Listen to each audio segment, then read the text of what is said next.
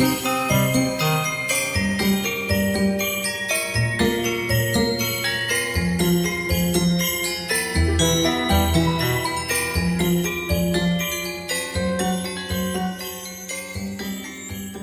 to the Mostly Pot Out at Night. Mostly, I am Salem, joined by my co-host, Graveyard. Hello. This is episode 21 of our weekly All Things Horror podcast. Tonight we'll be going into our second week of the 13 Slays of Christmas. This week we are discussing Inanimate Objects Come to Life. Starting with Jack Frost 1, and then Jack Frost 2, the Gingerdead Man. We're not doing all of them, just the first one. Yes. And the newest entry on the list is the KiIlling Tree, which just came out this year. Technically, there are spoilers, but no spoilers needed, as you know what you're getting yourself into. Yes, so. That's very, with these movies, very accurate. So, yes, if you don't want the KiIlling Tree spoiled for you, don't listen to that, but I don't know why you would care. Yep. But anyway, we're going to do our normal pattern here for the movies. We're going to do these in chronological order. Yep. Close enough? Close enough. Yeah, they're in chronological order. Yeah. Okay, chronological order. The first movie would be Jack Frost. You mean the one with Michael Keaton? No, not that one. That's the one they made a year later to pretend like this one never existed. Yes, I'm sure it confused a lot of people when they went to the movie when it came out.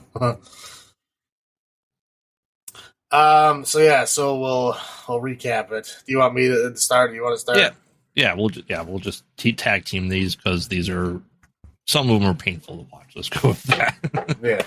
So essentially, so there's like this mean killer guy, right?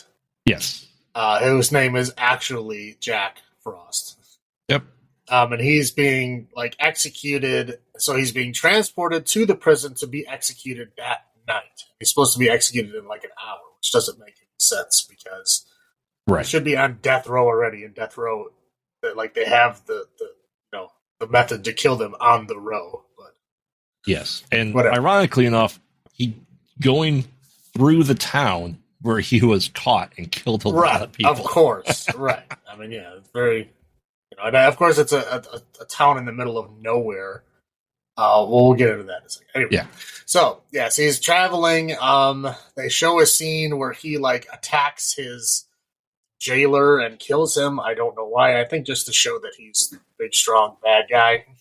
Right. He reminds me of a mix of Jack Nicholson playing Hannibal Lecter.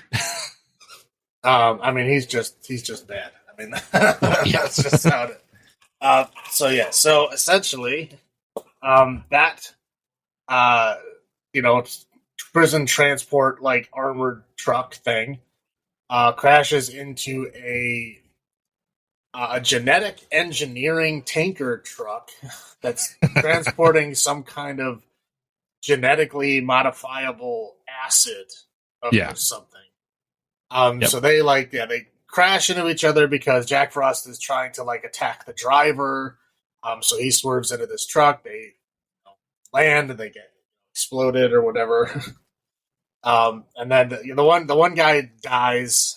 Or no, the one guy was dead. I think he kills the jailer in the back. We don't see how it happens. He asks for a smoke with a cigarette, and then he goes okay. And the next thing you cut to is he's dead, and he's attacking the guys driving the guard truck, the transfer truck. Right. Yeah. So he tries attacking him. Whatever. Things happen, and this genetic acid sprays out all over Jack Frost, who then melts into the snow. Right. And we get our first glimpse of the awesome CG of the 90s in this, where we see the molecular level of his blood fusing with the crystals in the snow. Right. So then he melts into the snow, and then they're oh, he's dead. And then he they show the snow rolling around it. It's very clearly a person underneath a cotton blanket. Yes. Just wiggling around. It's supposed to be under the snow, but it's very obviously a cotton blanket with a bunch of fake snow all around. Which is supposed to show that he's coming back. Right. We don't see him, no. but we hear him speak, and then the main guards get kind of killed off screen. Right. Yeah, so then they all, all points bulletin, they need to get this guy under control. Some guy comes in who pretends to be like the FBI, but he's actually just like a guy hired by the lab that created the genetic acid stuff. Yeah. So he comes in and he's trying to take over the whole thing, and then he teams up with this geeky science guy from the lab. They need to get this guy because he survived this genetic process thing, so they need him as a test subject. Yes, geeky lab guy is one of those guys like, hey, I've seen him in other things. Yeah, I mean, sure. You didn't recognize him? Well, I mean, I've seen him around, but yeah, he's not. Yeah. Unimportant. Anyway, so yeah, they're looking around for him. They can't find him, and meanwhile, he makes his way to the town. I believe that Snowmanton. Yeah, Snowmanton is the name of the town, which is apparently in the middle of a valley. So there's no way in or out. Yeah. So when Jack Frost gets there, who does he kill first? Does he kill that couple? He kills the old man that they find. We have the sheriff. The sheriff of this podunk town is the one that happened to capture Jack as he was going through. And they said Jack left a trail of 38 bodies along the way. And he's just like, oh, it's finally happening. He was driving through the snow and realizing it's midnight. It's over. Jack's dead.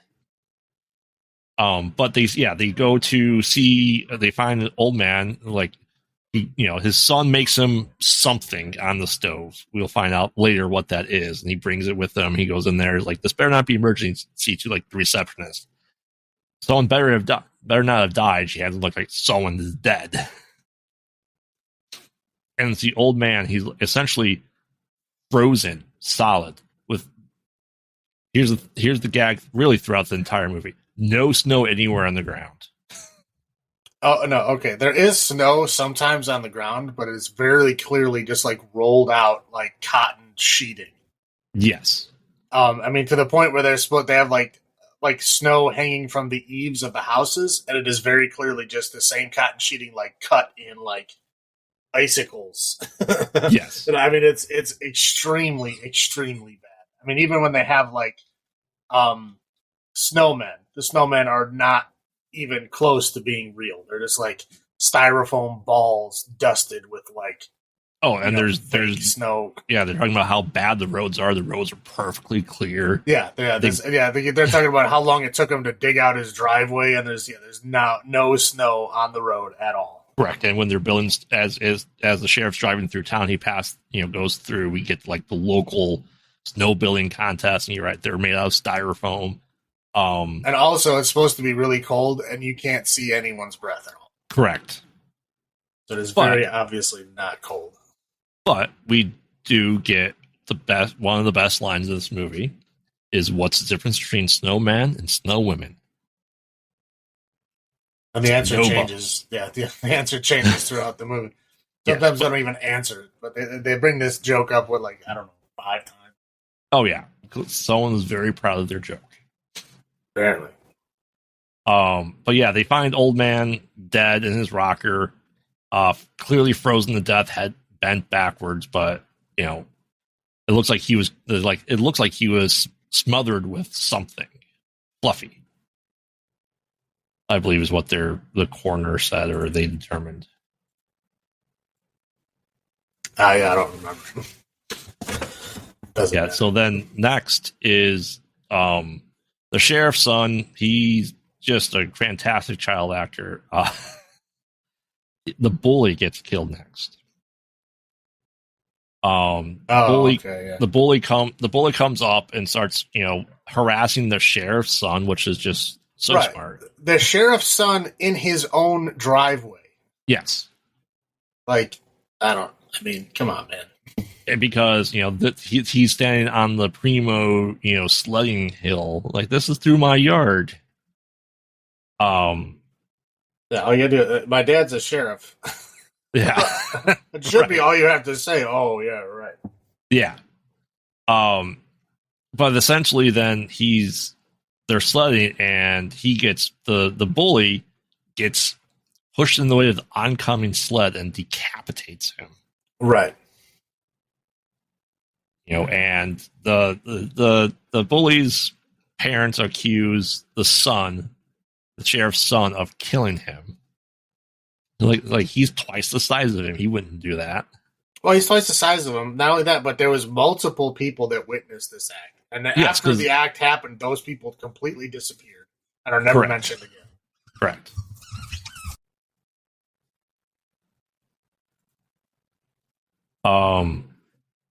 Yeah, so then after that is the couple, which is the bully's parents.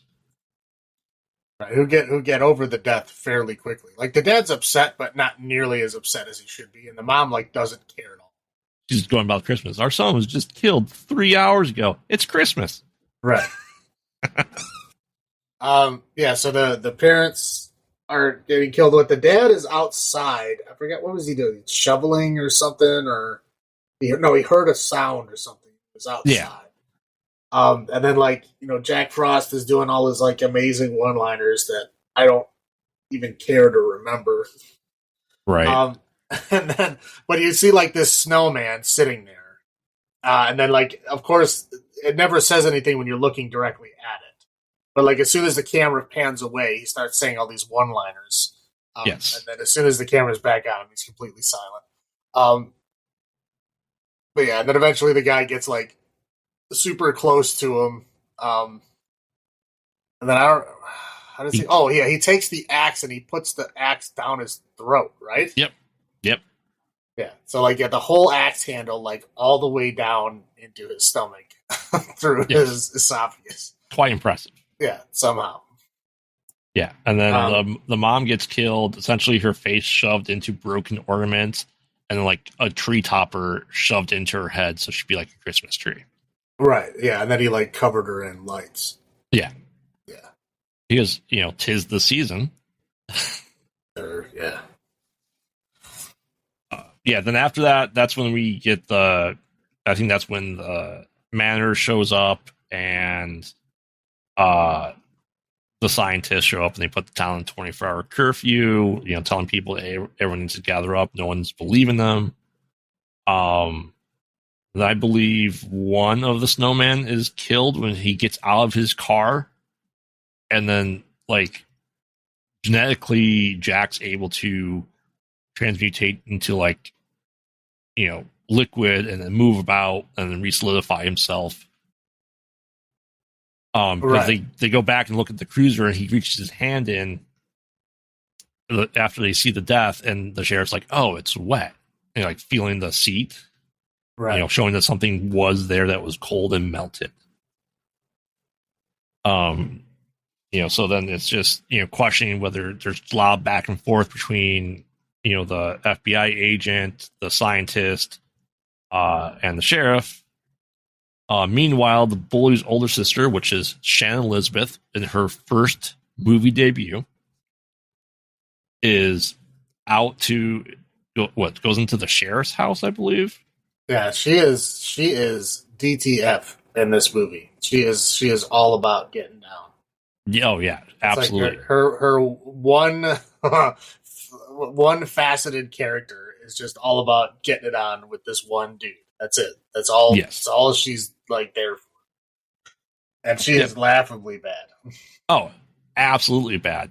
She has the same character, or the same plays the same character she does in Scary Movie, the over the top horror cliche, and that's what she was playing, I feel, in this movie as it was.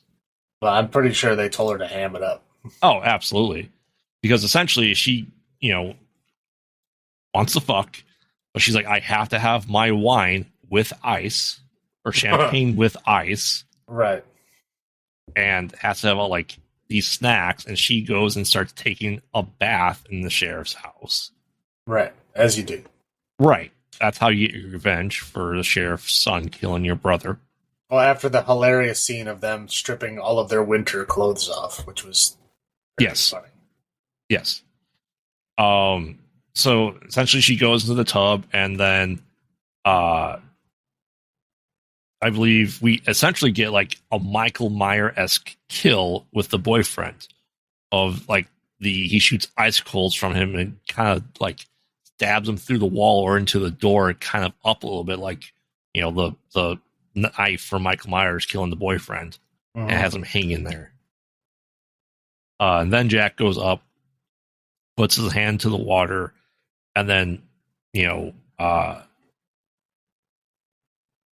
becomes the water. Bath water. Yes, becomes a bath water, and then re-solidifies. And I'm just looking at the synopsis. I didn't get this. Trapping her, so covering up her boobs and ass, but apparently he's raping her while comically bashing her head into the wall. What did you think was happening in this scene? I mean, he's like thrusting his giant fluffy snowball body against her when she was like trapped against the wall, and he was like moaning and stuff while he was doing so, and it was a scene that was way too long. Like, what did you think was happening? Did you think it was a very long, drawn-out strangling or something? I thought he was just bashing her head against the back of the wall over and over to kill her. Just comically bad. I mean, yeah, it's all comically bad regardless. But I've seen this. I saw this movie that came out on DVD, straight to DVD or VHS, and I never put that together. 25 years later. Well, I mean, it's not done well. I mean, right. If you're looking for nuance here, it is not. You're not going to find it. But yeah, I mean, that's. Now I have to look at that differently. Now I have to watch it again just for that. And they didn't do too good of a job covering up her butt because you do see it. That's fair. That's fine. So then it's essentially, Jack Frost is going out, and then they find out that, they explain what the chemical was, and they talk about like a human soul existing. It's just some chemical, and they're going to preserve human DNA in the chemical in case there's a nuclear holocaust, and they're supposed to revive people back from that. Yeah, it's just I think it was just a very lame attempt to like sciencey explain how this is possible. Because science. Yeah, or like why they would do something like that. So they're trying to like give you the something like that. That's interesting. So, Jack Frost starts going into the, everyone that's left is holed up at the sheriff's office, and they think they're going to block up the place, and they go, oh, look, he can melt and come into the water and all this stuff. So, he essentially comes in, and then well, they keep moving doors. So like he's doing it to the front door, so then they move to like a side room. He does it to the side room, and then they move another door to like the jail room. Right. And we had like the POV of Jack while he's looking for him as the sheriff's trying to like reach to a key to unlock something and get guns, and they try shooting him. Obviously doesn't do anything. So eventually then what do they do first? Is this when they try to blow him up? Yeah, so they basically get all like the aerosol and like fuel sources in the place. So like when they have the last room that they're in is the jail room. So all they have left is a window. So they're going to leave out the window, but they're going to like make a trap to try to kill him. So while he's like melting through the door, which takes a while, they like spray all these aerosols and dump like the fuel on the ground or whatever to like make a kind of bomb. So then they all like escape out the window as he comes through the door, and then as he gets to the window, Manners, the FBI guy, points his gun at the window and then says, "Remember to let the cat out." Which, yes. I mean, there's no cat mentioned or seen in this movie at all. I don't know. They were trying to have a cool one-liner and just put random words in it. I don't know. I mean, it's memorable. It's enough for it to be the title of this episode. But I remembered it because I was like, what? I thought I misheard it, and I had to actually rewind it and listen to it again. Like, no, that's what he said. Yeah. So he shoots it and it explodes, and then chunks of snow and slush go everywhere, so they kill him. Right. And then of course they don't. And then he comes like back together like a T-1000. Yes. And then he's like all in like jumbled order, which they did. Ma, I'm a Picasso. Yeah, they did for that stupid joke, and then he immediately reformed normally. Yes. Yes. So then it continued with the fight. And then some people, they got split up. Some people went in like the sheriff's car. Some people went in this other building. Church, I believe. Yeah. And so, they were in the church because they were going to try to trap him in the boiler of the church, which is a big, huge boiler they had shown. Right. Which they made a point at some point that like the priest there was trying to get the boiler started. Just like the aerosol cans, because the receptionist or the secretary at the sheriff's office is always doing her hair, so she always has aerosol cans and hair dryers, which they try to use to essentially lure him into the furnace. Well, yeah, they force him back with the hair dryers because everybody has a hair dryer now. Yes, that's that scene that like Aaron pull out a gun. There's like 6 of them, and they all pull out a hair dryer. Right, and then he backs him down into the boiler, and then he willingly steps inside of the boiler, and then they close the door. Yeah. And then he like gets out anyway. And so then they end up, because the sheriff goes back in his car to like drive home, and then he comes back and attacks him in the car, and that's when this bag of disgusting sludge that his son had supposedly made oatmeal. Yeah. Somehow like explodes or gets on him, and then it burns him. It starts like melting and burning him like it's actually in pain. Right. And so then he has to so Jack Frost runs away for a minute. They like have to ask the kid like, "What did you put in it?" What'd you put the kid? The fucking moron. And he's like, "Oh, well, I didn't want you to get cold, so I put antifreeze in it." Right. Now, keep in mind, he was cooking this on the stove. And I'm not one to try this out.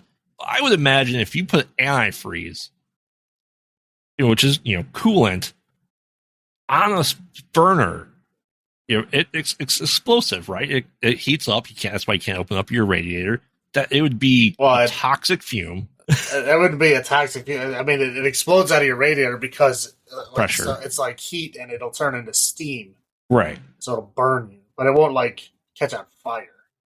But it is extremely poisonous. Right. I can't imagine the vapors or the fumes coming off of this oatmeal. I don't think the kid would be alive. I mean, most likely not. But I mean, if you mix it into oatmeal, I guess. Well, I mean, maybe the antifreeze fumes is what makes a kid act the way he does. I don't know. So then they figure out like, oh, antifreeze hurts him. So then they send the shopkeeper into his shop to get all the antifreeze he has, and they put like a tarp in the back of a pickup truck. Yes. And they fill it up with antifreeze like it's a pool. Yep. And then they go up to the roof and they lure Jack Frost there, and then they like knock him into the antifreeze, and then he like melts like the Wicked Witch of the West. Yeah. Into the antifreeze. Now, the sheriff is Sam, right? And he gets a couple of icicles in him, so he's kind of pinned to Jack Frost, and he dives him into, the pool of antifreeze, where then he's melted, and then they seal up. They take all the antifreeze and put it into containers and bury it like 2 feet in a grave. Right, and you can see that the antifreeze is still bubbling. Correct. Alluding to that this isn't a permanent solution. Right. Jack could still come back. Yes. All right. So end of movie. What are your first thoughts on this masterpiece, Graveyard? This is how many times have I watched this? I may have watched this at least 10 times. My first thoughts, quite honestly, this is, like I said, 97, 98 when this came out. It's when I was finding all the schlocky, like, Attack of the Killer Tomato movies and stuff like that. Critters, Munchies, and stuff like that. So my first thought was it was interesting to see. This is kind of like the first Christmas horror movie I had seen that wasn't Black Christmas, or if you want to count Gremlins, even. But I thought it was very 90s in its execution.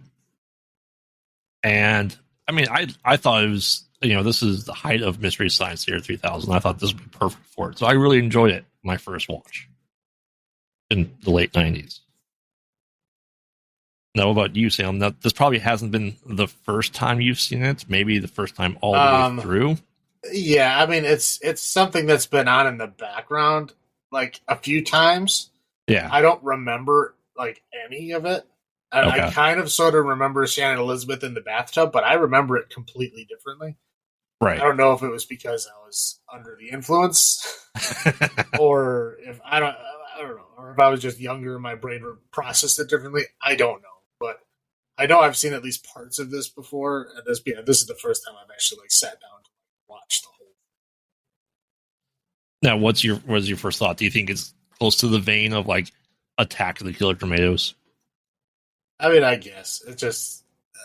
The first thought I get is like, wow, you are trying way, way too hard. Like, this movie is just not good in like any way. It was very, very hard for me to focus. I had to constantly stop myself from trying to do other things while it was on. I kind of tried to keep myself busy with just pointing out all the ridiculous crap that was happening, like how unrealistic and everything was. And I mean, I get the movie's not trying to be realistic, but I think it's trying to be a black comedy. Honestly. Yeah, and it failed. I mean, but what did we have in 1997 before then as black comedies? Would you say a lot of them weren't successful anyway? I mean, here's the thing. This is what I think.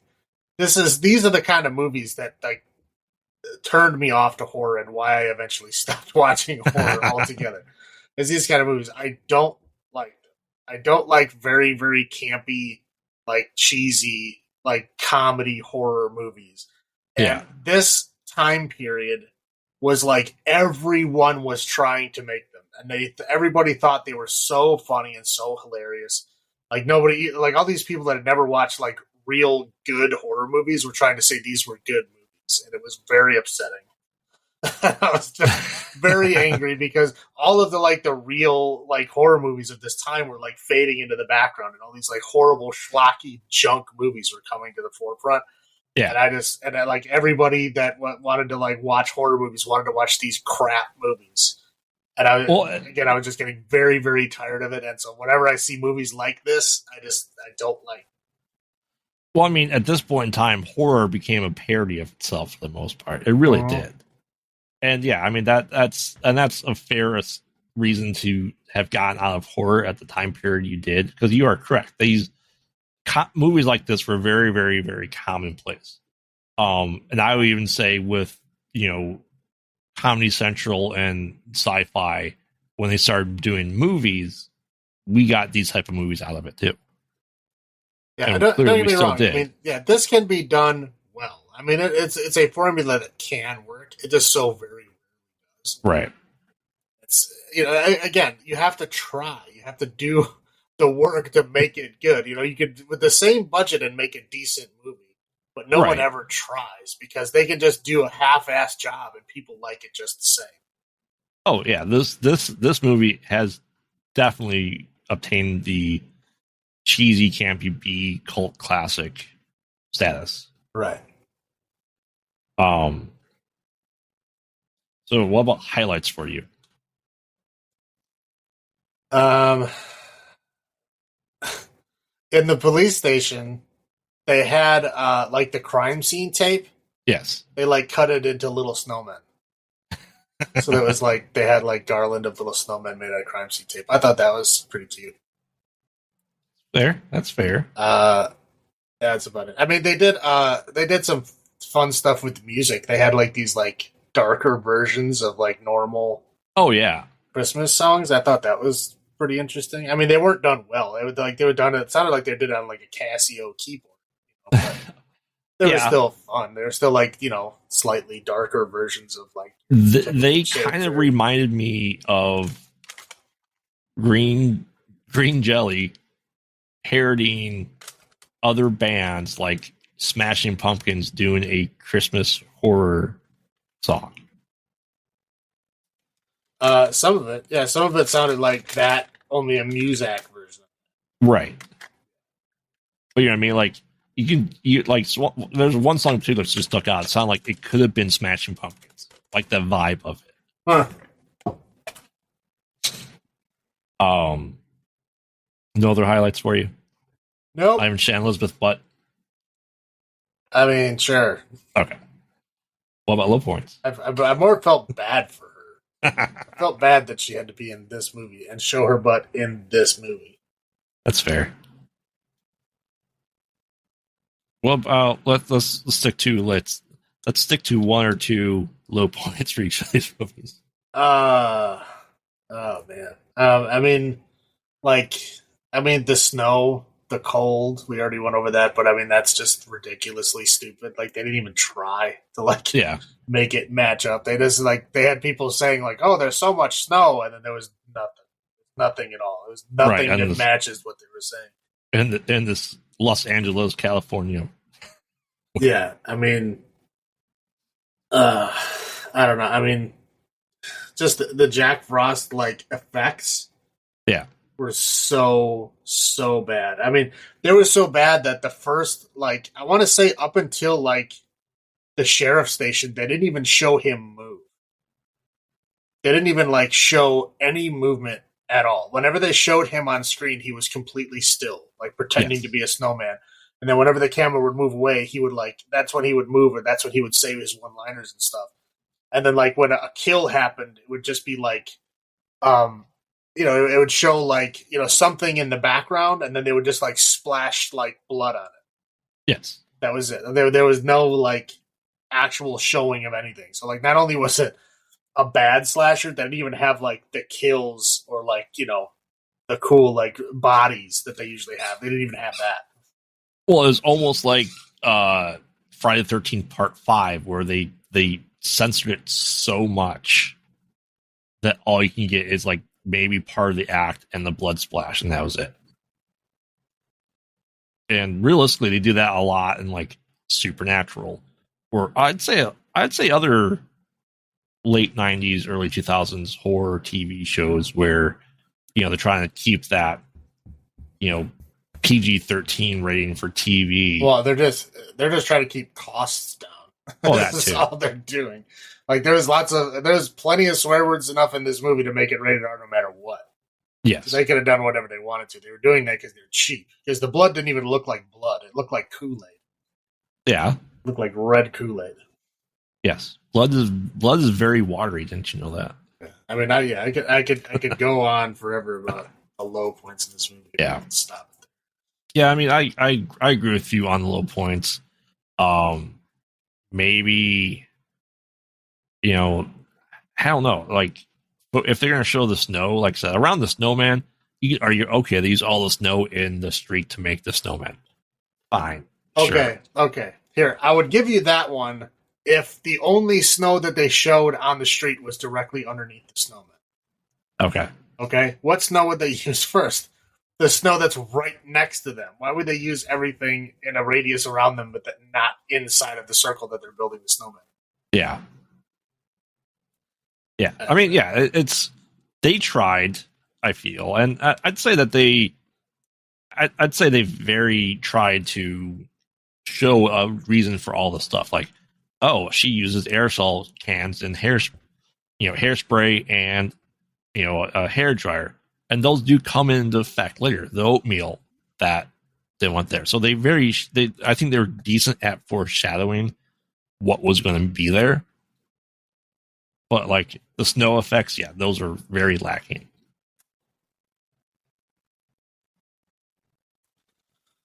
So is this on your naughty or nice list?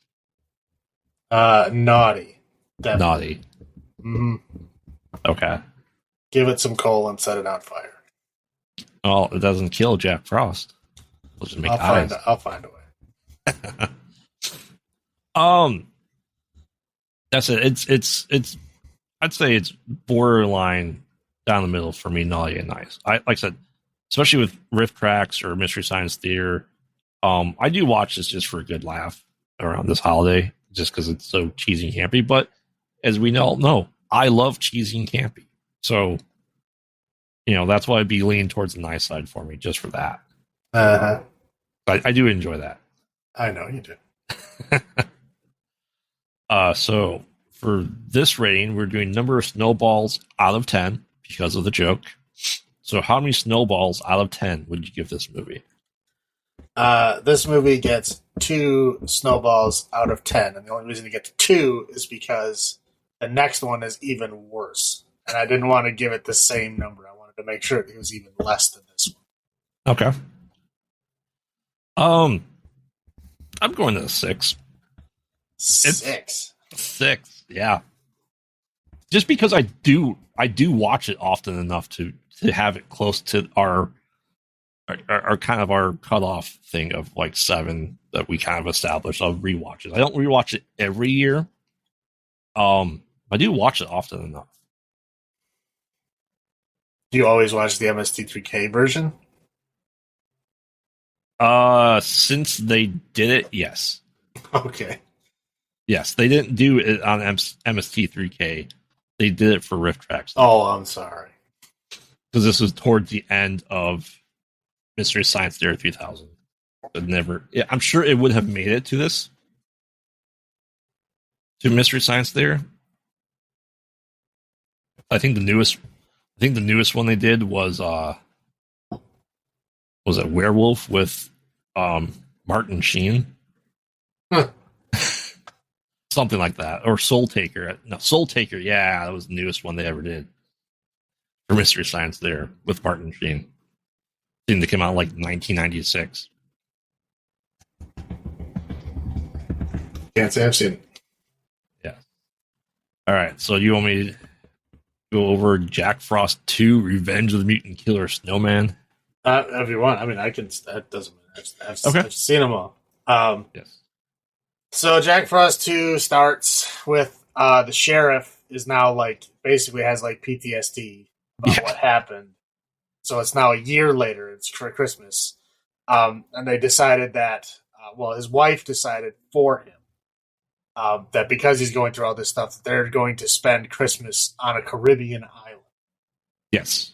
So they have like this scene where he goes to his psychiatrist and goes over the story again, and like of course, like everyone in the office is like overhearing it, while he's saying it, and they're all laughing at him.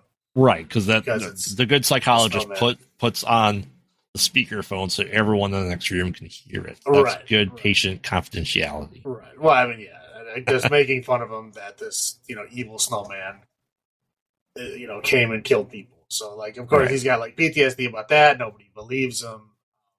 Yeah, so the wife decides, we're going to go spend Christmas on a Caribbean island. She's like, oh, what about our kid? And she's like, oh, he'll be fine. And that's it. The kid is never mentioned. Well, I mean, he did try killing the dad, the last one, with AI for him. Well, yeah, I mean, he's an idiot, but like he was still... How old was he in that first movie? I feel like 11. Right. So now he's 12, and you're going to leave him alone for Christmas while you go to a Caribbean island? Yes. A year after they were attacked by a killer snowman and people died all around him. Like, the kid's traumatized. Like, the snowman killed and decapitated a child right in front of him. And a year later, you're just going to see you later. Well, I mean, I feel like everyone who survived that would all have been in some sort of therapy. Right. But I'm saying, like, that you shouldn't leave your child alone on the anniversary of this horrible fucking thing that happened. Yes. Whatever. So they decided to go to this Caribbean island. They also show somehow the scientists from the lab found out where they buried Jack Frost. Yes. And so they take all the antifreeze and they put it in a big fish tank. And then they're like trying to do like tests to like pull the DNA out of the antifreeze or something. I mean, they don't. I guess they don't really explain what they're doing, but that's what they're doing. And they're not successful at all. And then one of the scientists leaves this cup of coffee on top of the aquarium, and then this dopey guy is like mopping the lab. He bumps into it 3 times. Yeah, he bumps into it multiple times until the coffee falls into the aquarium, and that somehow brings Jack Frost back to life out of the antifreeze. Now, when I saw that scene, I felt like it was supposed to be a one bump thing, and it just didn't fall, so he had to keep doing it until it actually fell in. Well, okay, that guy was in the first movie too. Was he? That guy. Well, if you notice, it was one of the running gags they had in the first movie. Is he's wearing that big orange, goofy, furry hat? Yeah. If you watch the first movie, he shows up in the background of like, I don't know, every other shot. Okay. He's always like walking past in the background with like something big and heavy, or he's always like walking in and out of a door, and he's always got the same big orange hat on. He's in the first movie like a whole bunch of times. Interesting. I didn't catch that. Yeah, I mean, I was trying to focus on anything but what was happening. Well, also to be said that the secretary and the deputy also are going to the Caribbean because they're getting married. Well, yeah, that's the reason why they're going. They're getting married, and then he's supposed to be the best man, so that's why they're whatever. So they get to this Caribbean island. Jack Frost apparently like stows away on the plane somehow. So anyway, they get to this island and they go to this like a resort, and it's run by like this old timey like English like military colonel guy. Yes, the English that would have sat in Egypt in 1920. Yeah, you're talking like an Englishman that was in charge of like the Indian occupation, like yes, that era of English military is what this guy yes, very much so. Like. And he's like has the same uniform and everything, and the fighting chops, the have at you, right. Yes. And then there's like the Caribbean like bartender guy who obviously has like a fake Caribbean accent. Yes. Captain Fun, who is exactly what he sounds like. Yeah, so there's all these people at this resort, and they get off, and of course there's like all these young college girls. There's like these models that are there for a photo shoot. Yep.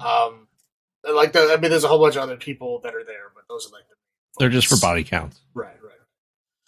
So they go in there and they're all like drinking and trying to have fun with Captain Fun. Yeah, with Captain Fun, because the dad the sheriff is kind of like obviously like not doing well, right? No, he is fucked up. Yeah, like he has got severe like PTSD, and it's like that that time of year where it's going to affect him the worst, and they're like everybody else is just like abandoning him to go party, including his wife. So he's like kind of moping, and Captain Fun is like trying to like cheer him up, and it's ridiculously bad. Anyway, so yeah, they decide to go to bed, and then I believe Jack Frost kills all the college girls, right? Yeah. So before that, he's following them, but he kind of goes up on shore and he kills some people in a raft. Oh, right. Yeah. Yeah. They're like guys that were like, I don't know, fleeing Cuba for America. Yeah. Yeah. Something like that. Something like that. Right. But then he goes and starts killing the college girls. Like, they don't have any ice, but he's the ice in the cooler, and she's wants some iced coffee, and then they made this whole sexual that's not joke. Yet. That's the models. Oh, that's the models. That's the models. These college girls were fighting over, because there's 3 girls and there was 2 guys that they met, and they're fighting. They're fighting who can bone who. Yeah, who was going to be able to bone the other guys and who was going to not get one. I mean, they could have very easily shared. That's a simple solution. I know. For a college girl, it's a time for experimentation. Very easily shared between you. Yes. Okay. Anyway, so they go off like one by one to go look for these guys, and of course they get killed off one. Yep. Yeah, I think he drops like a snow anvil on one of them. Yes. I mean, they're just dumb shit. Anyway, so they all get killed, and then the next morning, they find the dead bodies, and they're trying to like hide it because the English guy wants them. Like, if people find bodies there, they're gonna not want to go to his resort. So he's like Correct. trying to hide it. Well, who we introduced then to? Yeah. So then he gets the head of security of the island, who is Manners, who's the same guy that was the agent in the first movie, but it's played by a different actor. Very much so, yes. And who is now has an eye patch. Because he got stabbed in the eye. Right. Right. Yes. So, yeah, they call him in, and they just, other people see the dead body, and they're like, oh, no, it was a shark attack.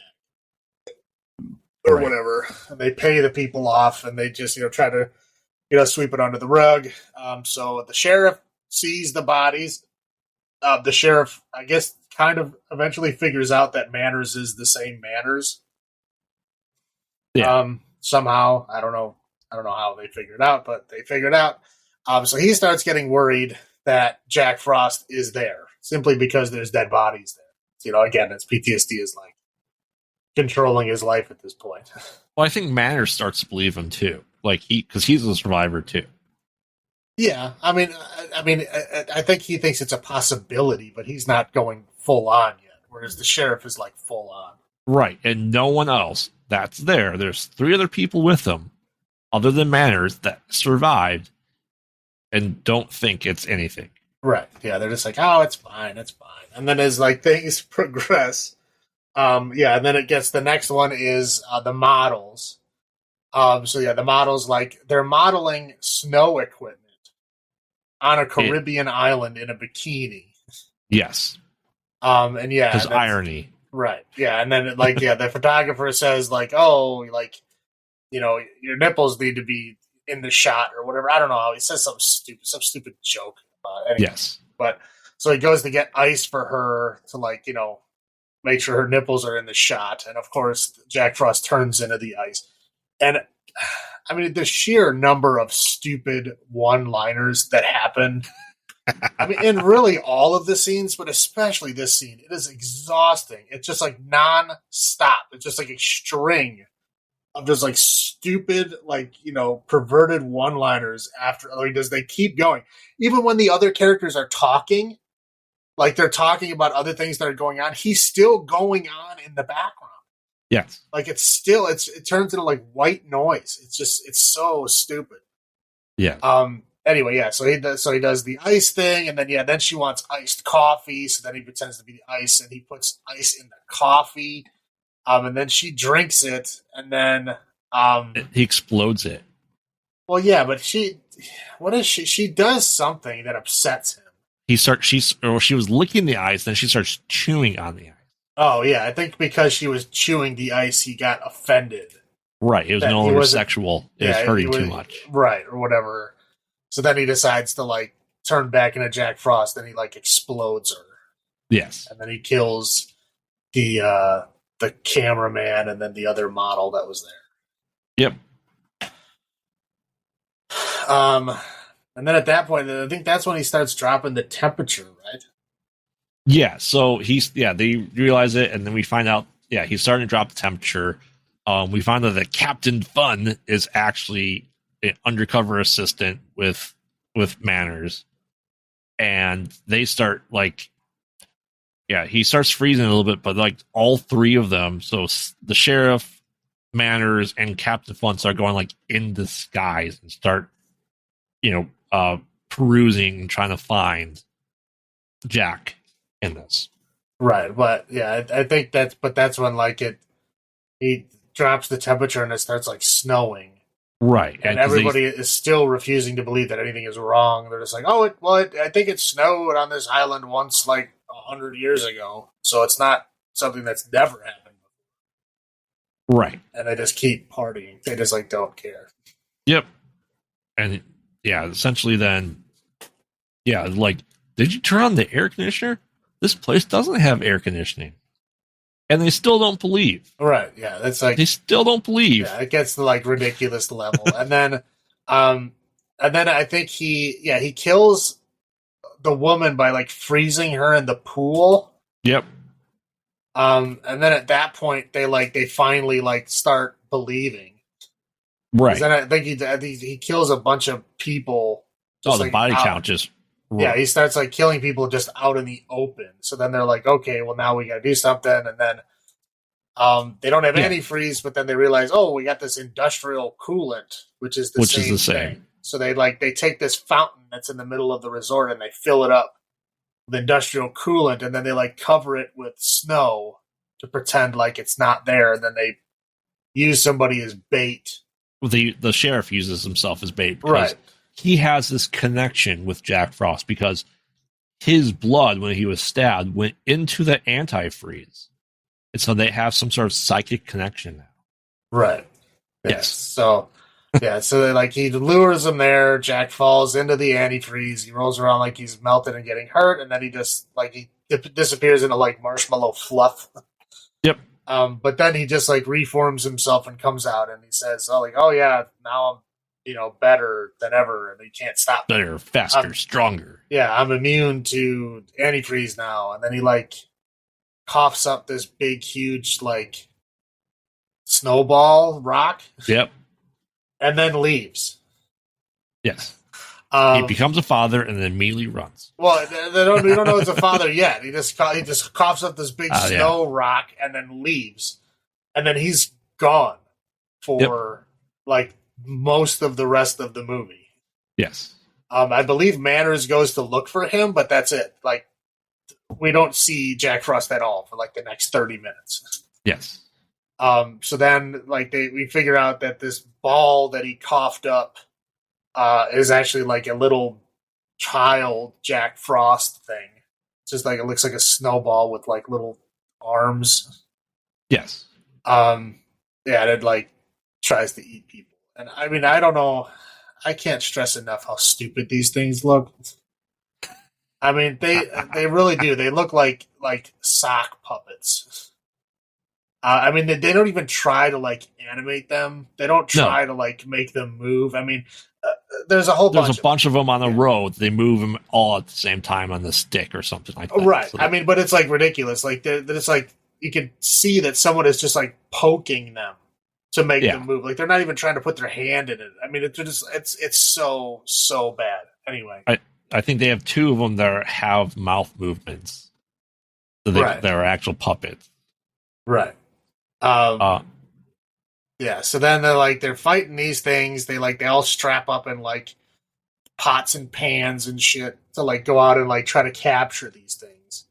Well, first they try to figure out how to kill it. They try to put it in the blender. Not yet. No. I thought that was after when Sam loses it. Well, they were trying to figure out a way to kill it, but they didn't. But they realized that they could capture them, so they decided to just go capture them and keep them in containers, so they wouldn't hurt anybody else. So they strap up in all their armor and stuff, and they go out and they're capturing them in the spice containers. Yeah. So they're trying to capture as many as they can, and they realize there's way too many. There's a lot more than they thought there was. So it turns into this brawl kind of thing, and they're brawling on a bar. And there's a bunch of them that were just sitting there drinking cocktails and beer. Yes. And then the one of them drinks one of the cocktails and then explodes and dies. Yes. So they all regroup back in the kitchen because they basically got defeated by these things. And then they were like, okay, well, what's in this cocktail? Because it killed it. We've actually found something that'll kill it. What is it? And they eventually figure out that it's bananas. Because the sheriff is allergic to bananas. And because somehow, his blood went into the antifreeze that they got his allergy to bananas. Now, does that mean if he gets poked with banana, he explodes? I mean, that's a more severe allergic reaction than I don't know. I've ever seen. But, it's possible. So then, they take all their bananas and they peel them all in this big pot and they make I don't know. It's disgusting looking. Smoothie. They make a big smoothie and then they go out and just start splashing this smoothie all over and they kill all the things. Yeah. And then they chase the last ones back into this like cabin in the woods kind of thing. And then that's when they find Jack Frost again. And like there's a big fight, and they don't actually kill him, and they somehow make it back to the resort. And then like I don't know, somebody does a hero thing and puts like a banana on an arrow, and like shoots him with it, and he blows up or something. Right. So the thing is, like, the sheriff's wife, got put in this box that has icicles. He starts getting crushed, and then Jack Frost forms around her, and then Sam comes out of his PTSD and has a banana on an arrow and shoots him, and he explodes, and there's marshmallow fluff everywhere on the ground trying to find her. Like, if she's still alive. Yeah. Right. And because he ate her. Right. Yeah. Clearly, like, it wasn't that thick of stuff. There's not enough. It wasn't deep enough to hide a human body. I mean, yes, correct. But he finds her. So yeah, that's essentially how it ends. Except, did you watch the end credits? Yes, I did. Of Jack being alive. That there's two sailors on the supply boat coming to get them, and all of a sudden, a giant carrot drops onto them. Yep. So funny. Ha ha ha ha. But I mean, it's no different than any other horror movie. They're trying to set up the bigger, badder threat. There's always that. I guess, but like killer. The carrot was very obviously in like a bathtub, and the carrot like hit a toy boat. I mean, it was. Yeah, it's as bad as the rest of the movie. Yes. So what are your first thoughts on this movie, buddy? Is this your favorite one you watch every year for Christmas too? I watched this when it came out because I had to watch the sequel to it to see how schlocky it was, how cheesy it was. No, my first thoughts seeing it, like I said, I was young. I was 15, 16, and like I said, I didn't mind it when, initially, but it's not something I rewatch often enough, or I don't watch often. I really just stick with Jack Frost 1. For what it is, I mean, I think it parodies the idea of like the sequel to a slasher movie is always hard to follow up. Most people could probably argue that the second one in the series tends to be the worst one, just because there's so much hype to live up to. It's always trying to one up itself. And I feel like it did that. Like, it tried to bring it to a different environment that you think Jack Frost wouldn't be able to survive in, and made it work the best they could. Well, okay. Well, they, as bad as the movies are, they should at least follow their own lore. Yes. Yeah. Okay. Now, they were able to push him back with hair dryers. Yes. Now, they stated that the temperature down there was 100 degrees. I don't think a hairdryer can go past 100 degrees for a safety reason. Well, you know what I'm saying? Is that there is no possible way, following your own lore from the first movie, that he would be able to survive in that environment. Well, maybe the scientist did stuff to his antifreeze DNA. I mean, sure. I'm just saying. I mean, they were doing science things. They had spinners. They were shaking things and changing colors and liquids. Just saying. It's like, from one movie to the next movie, and you can't even follow your own basic lore. That's, fair. Other than that, what was your first thought? Oh, this movie's terrible. I mean, I could not wait for this movie to be over.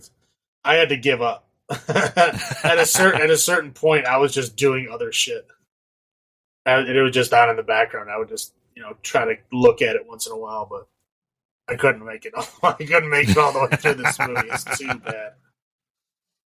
Yeah, like I said, it has a place. It belongs on. Like I said, sci-fi. It's like a precursor to Sharknado. Okay, you remember when, we're talking back in like the '60s when all those preachers and stuff were all talking about how bad the Beatles were. Yes. And they like took all the Beatles records and put them on the ground, and then they rolled a steamroller over them. Yes. Yeah, they should just do that with this. They should just take every copy of it that exists and just destroy it. I see. So this is a beat alongside of Tron Legacy. Tron Legacy is not that bad. I know, but a lot of people think it is. Well, it is. It's not great. It's not as good as the original, but it has Olivia Wilde in it in her prime, and 2, it has a great soundtrack. Yeah. So I mean, it's got 2 things going for it. It looks good. Yes. You know, there's not a whole lot of substance to it. It's mostly just flash, but I mean, yeah. I mean, there's good things about it. So, what do you think? We got a lot more CG in this one. You want him animated? He's now diving into the ground. Okay, right? there was like 3 scenes where they used actual CGI. Well, most CG in this era was horrible. No, I mean this is the same era that Jurassic Park came out. Yeah. So that's not true. They did not try very hard. CG in horror movies. How about that? I mean that CG in B horror movies. Correct. Okay. They did not try very hard. Yeah. So, I guess highlights for me. I mean, they try to explain some other things. Like I said, and the highlight is they did try to go bigger and better, right? They always have that thing, and I think they took that idea of, Gremlins. There was maybe a dozen Gremlins in the first Gremlins movie, but in the second one there was like hundreds. Well, yeah, there was definitely more in the second one, but I think there was like, I don't know, there was maybe like 50. There was enough to fill up a movie theater.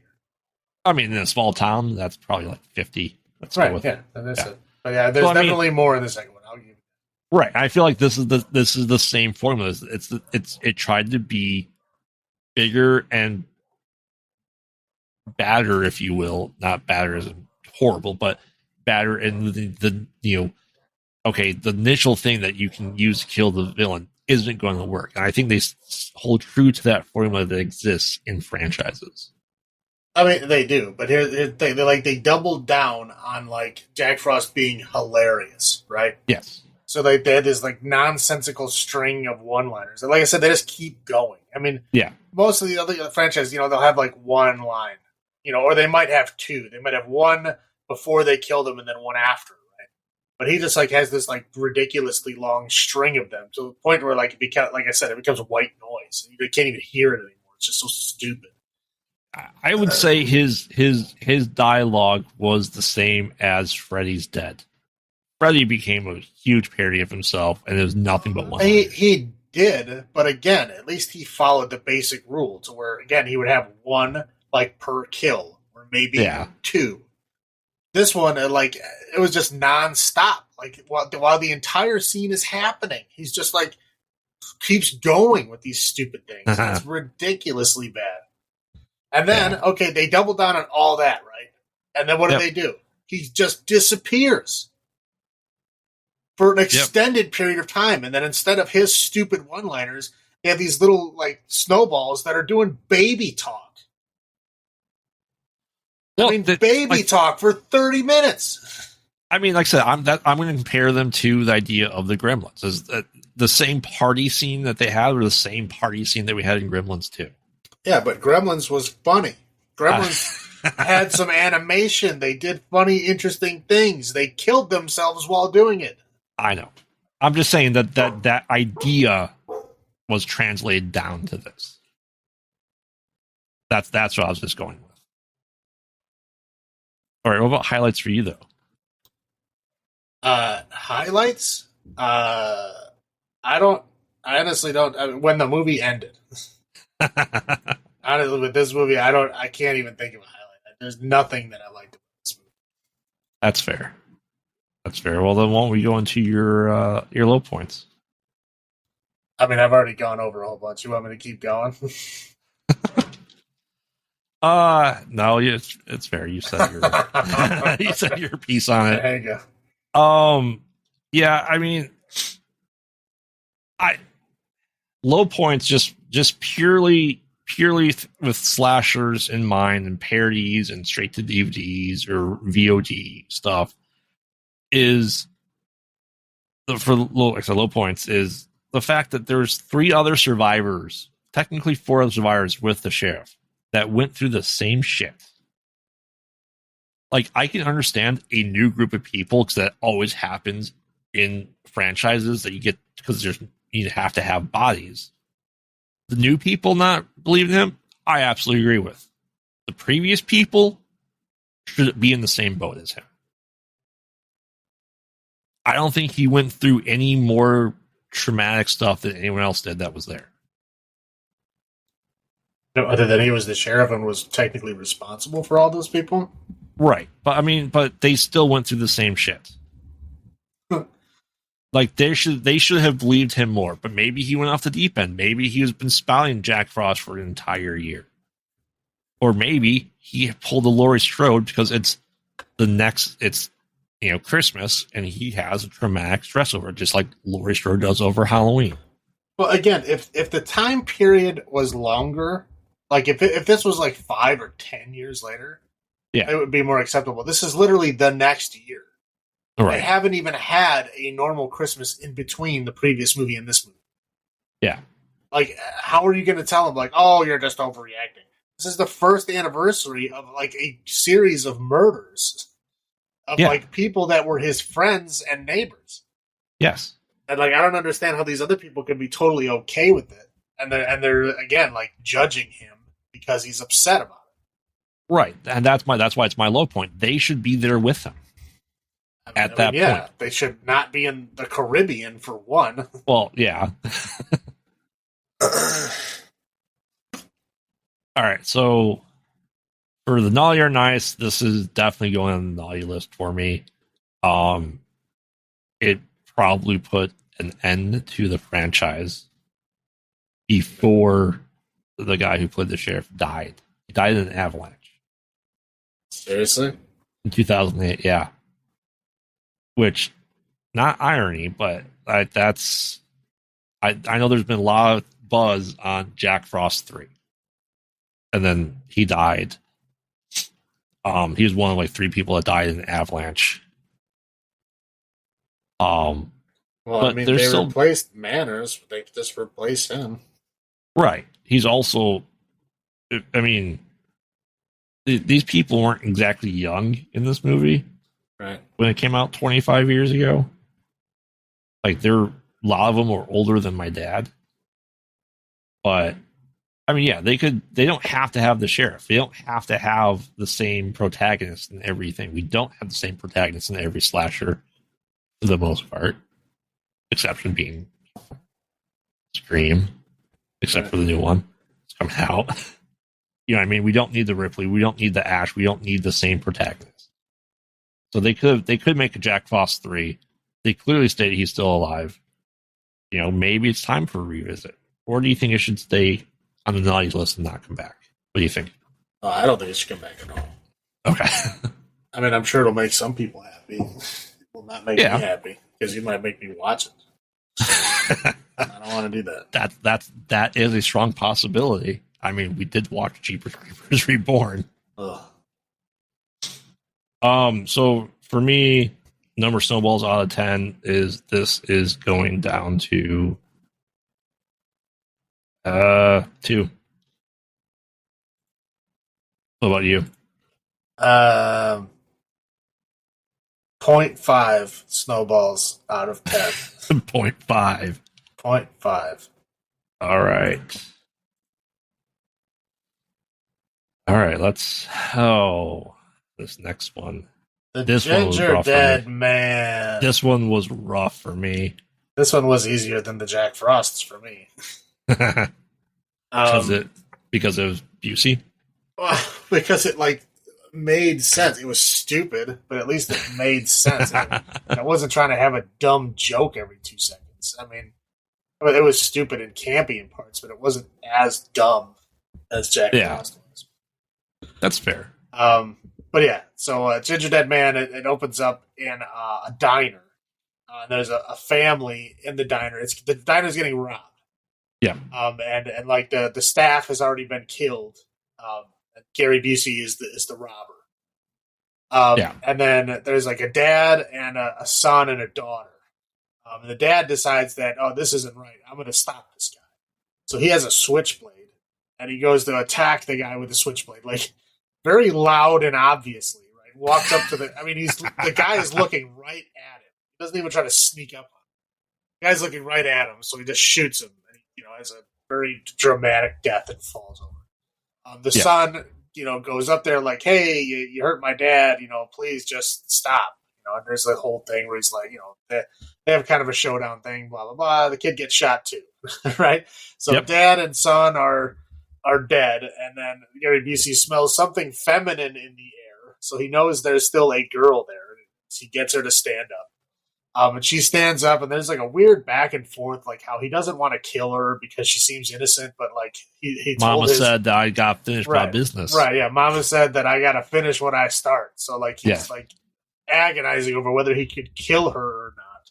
Yes. And he settles on just shooting her and not killing her. So he shoots her and he gets away. And then we see like a bunch of like newspaper clippings because then it goes into the credits and there's like all these baking implements. And then there's like newspaper clippings that show like he got arrested and he got convicted thanks to her testimony. He got the death penalty and he was executed. And then cremated. Yes. Okay, and then I don't know if they say it now or they say it later, but I'll say it now for clarification, is that the cremated remains get sent to his mother. Who is a witch. Okay. But yeah, got sent to his mother. So anyway, several years later, what did they say? How many years was it? 7 years or something? Something like that, yeah. Anyway, years later. So I guess the dad had owned this bakery. And so now the daughter is now running this bakery with, I guess it's supposed to be her mom, but she looks like she's like ancient. I thought because it's okay, this is in Waco, Texas, and I feel like she called her Mima, which I thought always meant grandmother. Maybe that's what it is. I don't understand. Like, it's her mom though. It is her mom, but she calls her Mima, which I thought meant grandmother. And she looks like she's 70 and she looks like she's 18. Right. That's what I'm saying. Like, I don't understand the relationship there. Well, whatever. Some form of family. Anyway. Yeah. So but Mima is too drunk all the time to run the place. So basically, she's running the place essentially by herself. She's got a couple of workers that help her out, but she's running the place. So she's like, trying to keep the baking. We're introduced to the one dude who wants to be a wrestler. And then there's he's the butcher baker. Yeah. Well, the butcher baker is funny because you know who the butcher baker is? No. Robert Hansen. He's a serial killer. He was the guy in Alaska, the guy that would kidnap prostitutes, fly them out in the middle of nowhere, and then make them run in the woods, and he would hunt them like they were animals. Oh, like in the last, Clancy Brown and Dexter. Right. That's where they got it from. Was Robert Hansen. Robert Hansen. I mean, there's been a couple of them, like Surviving the Game, the whole thing with Ice-T. Yeah. Yeah. All that was from Robert Hansen. Like, everybody got that idea from him. So was this supposed to be an in-joke? I don't know. Or is this a weird coincidence? I have no idea. I was like, trying to noodle it out. I'm like, did they mean that? I don't, what? They might not have. Yeah. But anyway, but he was called the Butcher Baker because he was a baker. He actually owned a bakery in town, and the reason why he got away with it for so long is because he gave all the cops free donuts. So the cops didn't see him as a suspect, even though he was named as suspect by multiple women. The cops would not believe it because he gave them free coffee and donuts every day. Wow. Yeah. Yeah. Okay. That paints things very differently now. Right. So but he was called the Butcher Baker. And he only got convicted for 4, I think. But they know that they have evidence for, I think, at least 17. But they think it may be more than 20 think it's like 20 something at this point. Because they found a lot of other bodies, so they know that he killed a lot more. But there's more that they can't find the bodies for, that they have a ton of evidence that he did. Right. Anyway, sorry, I know we're way off. A little bit. But anyway, he's gone now. I mean, this happened in like the 70s. Okay. But anyway, so yeah, the butcher baker guy is like, he helps in the back, and then there's like her friend, I don't know, who like works in the front, apparently, like as a retail, person, whatever. And it's like this big giant bakery. It's not like your little mom and pop bakery. No, this is like an industrial bakery. It's huge. Except by the sign, which someone painted on like pieces of printout paper and colored with crayons. Right. I mean, yeah, it looks like somebody gave it to their kids to do a project. This is like Betty's Bakery, or I don't know, something like that. Yeah. Stupid cheesy, but yeah. So they're like, they get a package. And it's like they just, they get some knocking on the door, and she answers the door, and you see like this guy looks like the Grim Reaper walking away. And there's like a box by the back door, and it's got what does it say? Like grandma's gingerbread spice or something. Something like that. Yeah, it's mysterious gingerbread mix. Right. Let's just go with that. That's You're gonna take that. Yeah. So she takes it immediately and just dumps it into the her like big tub of gingerbread spices that she has. Yep. And then like immediately right after that, while the tub is still open, the butcher baker somehow cuts his arm open on something, so he's bleeding. And obviously she runs a bakery. I know she's taken food safety courses, right? Yes. He's bleeding. She grabs his arm, places it on the container, and squeezes his arm, essentially. It. And there's like, we're looking at the blood. The blood is very obviously dripping off of his arm and into the gingerbread spice mix. Yeah. And she just leaves it. She doesn't think anything of it, just leaves it. He says, "Oh, I'm fine." Even after all that blood. Yeah, he's totally fine. And so she lets him go early because he wants to go to this amateur wrestling thing. Yep. So she decides to make gingerbread, right? Yeah. And then so she like mixes it up, which is funny because the dough changes consistency like multiple times.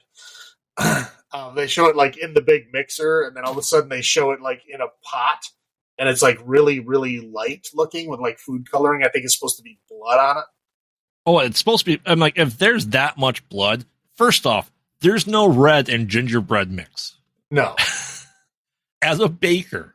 Well, okay. Here's the thing. As a baker, the dough that they're using is yeast dough.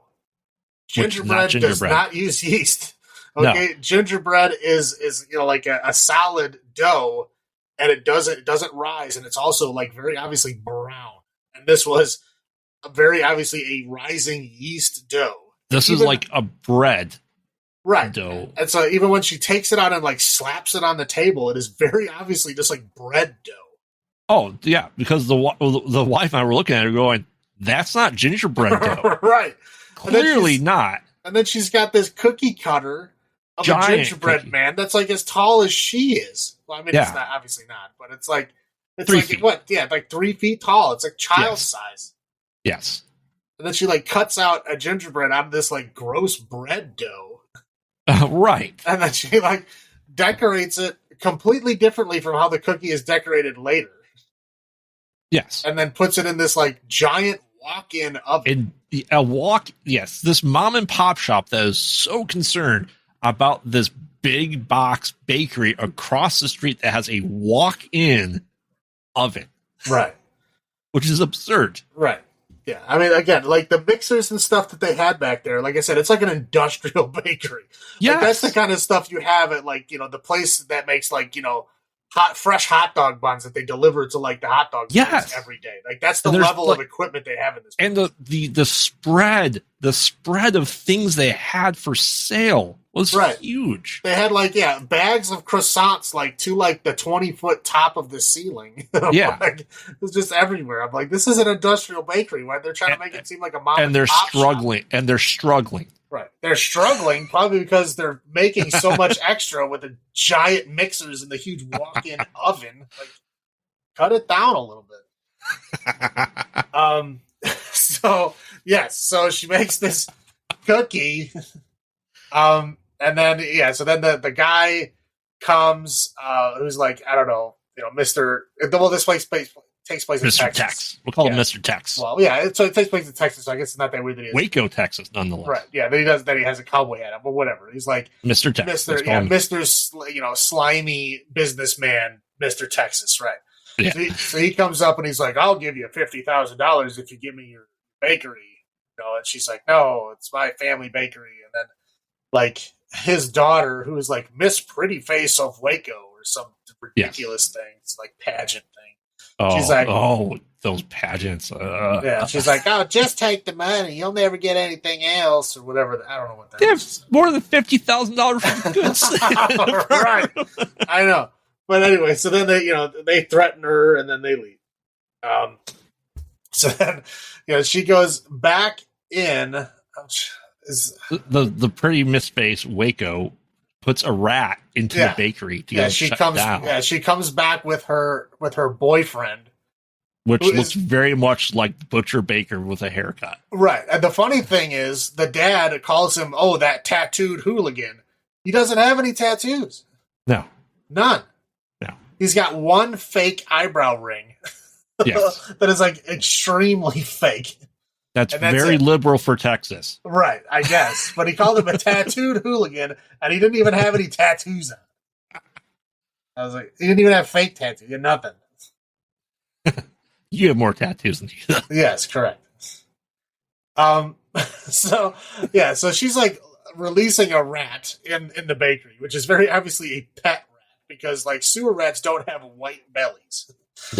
So this is very obviously like a pet rat that's just like hanging out. Yeah. And so she catches her, and they're like having like this weird cat fight thing. I don't know. They're having like a flour fight with some of the dough. Which right. So they're like having a cat fight with the dough. The boyfriend is trying to like calm him down, but he seems pretty cool guy, because even though he's like dating the one chick, he's like trying to separate them. He's like trying to like be the mediator. Like we find out that he's like was friends with her forever ago. Right. But again, the guy just seems like a decent dude. He's just like he's trying to like keep the peace. He's like everybody's cool. Whatever. Yeah. So they're doing all that, and while they're doing all this arguing, the drunk grandma comes out of the back room. And then of course the Gingerdead Man is now the Gingerdead Man. Somehow, because they flipped the giant switch on the breaker, which, as you know, when you pull the big lever on the power breaker, it creates electricity. Well, yeah, only in one specific location. So which was to the oven. Exactly. We all know how electricity works. So so here's the formula for the Gingerdead Man. We have cremated serial killer's ashes. We have blood. We have a witch's curse, and we have a jolt of electricity. And we have dough that is obviously not gingerbread man dough. Correct. So you mix all these things together and you get a Gingerdead Man. So maybe that recipe is accurate. I don't know. It's possible. Maybe you need yeast to give it a soul or something. Yeast is alive. Yeah, technically, yes, it is. There you go. So that's what it is. Okay. So yes, it like. There was a scene where it burned, and they're like, "Oh no, it burned!" And they obviously look at the pan, and there's nothing in it. Right. So it's like, "Oh, it burned away." Like, really? Or did it evaporate? Okay, and not only that, she made one cookie in that ginormous furnace. Okay. She made one cookie that was the size of a child. The pan was huge. Yes. I don't know what she was going to do with that thing. That's why you're going under. You're in a walk-in furnace. Right. And you're making one thing at a time. Right, yeah. She's making one thing at a time, the size of a child. Like, who's going to go into a bakery and be like, I need a gingerbread man that's the size of a child? Here you go. Got one pre-made for you. So anyway, the Gingerdead Man is now, out and walking around, and he has a knife. Of course. The drunk grandma comes out, and she thinks she's like hallucinating. The Gingerdead Man is like, "Come on over here, grandma." Yeah, cuts off. Goes over there. He's like, "You ever have a lady finger?" And then he cuts off her finger, and she's like screaming and bleeding all over the place. And then they come back there to check it out, and of course the Gingerdead Man disappears. Well, then the retail woman comes in and is knocked out, and then she gets encased in frosting and then left in the freezer with cherry nipples. Don't forget the cherry nipples. I love the fact that when you die as a serial killer, whatever you come back reanimated as, you have those puns of those things. It's not like he was the baker serial killer, right? And had all these puns in place. Yeah, no, he did. He didn't have these preloaded. He came up with them on the job. It's part of the spell that you inherit the puns that go with whatever you're made of. Yeah, I'm pretty sure. Has to be. That's the theme of these movies in this episode. Right. Yeah, so Grandma gets her finger cut off. The other lady, I don't remember her name, but she gets covered in frosting. Like, can you imagine the amount of time it would take? Like, if you are the size of a gingerbread man, right? How long would it take you to cover a human body in frosting?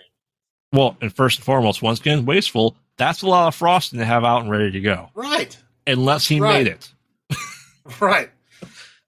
Well, in this place, I don't doubt that they had an entire industrial mixer full of frosting just in case. You know what I mean? Like, that's at the kind midnight. Of bakery. Yeah, exactly. That's the kind of bakery this seems like. Maybe somebody will want a big wedding cake in the middle of the night. Right. Gotta be ready for it. So those two things happen. And then they have. Oh, geez, I'm trying to remember what. Okay. I think her dad comes. Oh, yeah, her dad comes, and then the Mr. Gingerdead Man somehow drives the car using a metal rolling pin as a leg extension. Yes. And he somehow pins him against the wall with a running start of maybe 6 feet? If that, I was going to go with 3. So he pushes him against the wall, and then he just dies, apparently. Yes. Just his legs get crushed from... Again, a car moving, 6 feet. Like, you cannot accelerate that fast and have that much momentum after 6 feet. Yep. But whatever. But the girl goes outside, Little Miss Pretty Face, goes outside, sees her dead father, is not at all perturbed. Takes his ring. Yeah, takes his ring and then goes back in and is like, oh, my daddy's dead. And my dad's dead. Yeah, that's it. Like, she was talking about her daddy was the best thing in the world up until that point. And then ever since daddy's dead, now she just doesn't. Well, he's dead now. He can't do anything for me. Oh, my God. Miss Pretty Face. So anyway, at this point, they're like, oh, we all need to get out of here, right? So they try to get out of here, and then they discover that the Gingerdead Man has booby-trapped all the exits. Well, she's not Mrs. Pretty Face anymore because she got sliced. Oh, yeah. Well, she got cut on the, literally, the side of her jaw. I mean, it wasn't even, on her face anyway. She ain't pretty no more. Yeah, so she needs to leave now because now she's upset. So she trips on one of the Gingerdead Man's booby traps, and then, a combat knife that came out of somewhere goes through her head and kills her immediately. I think it was just hanging from the ceiling, clearly visible off camera. Probably. So she dies, and then they fight.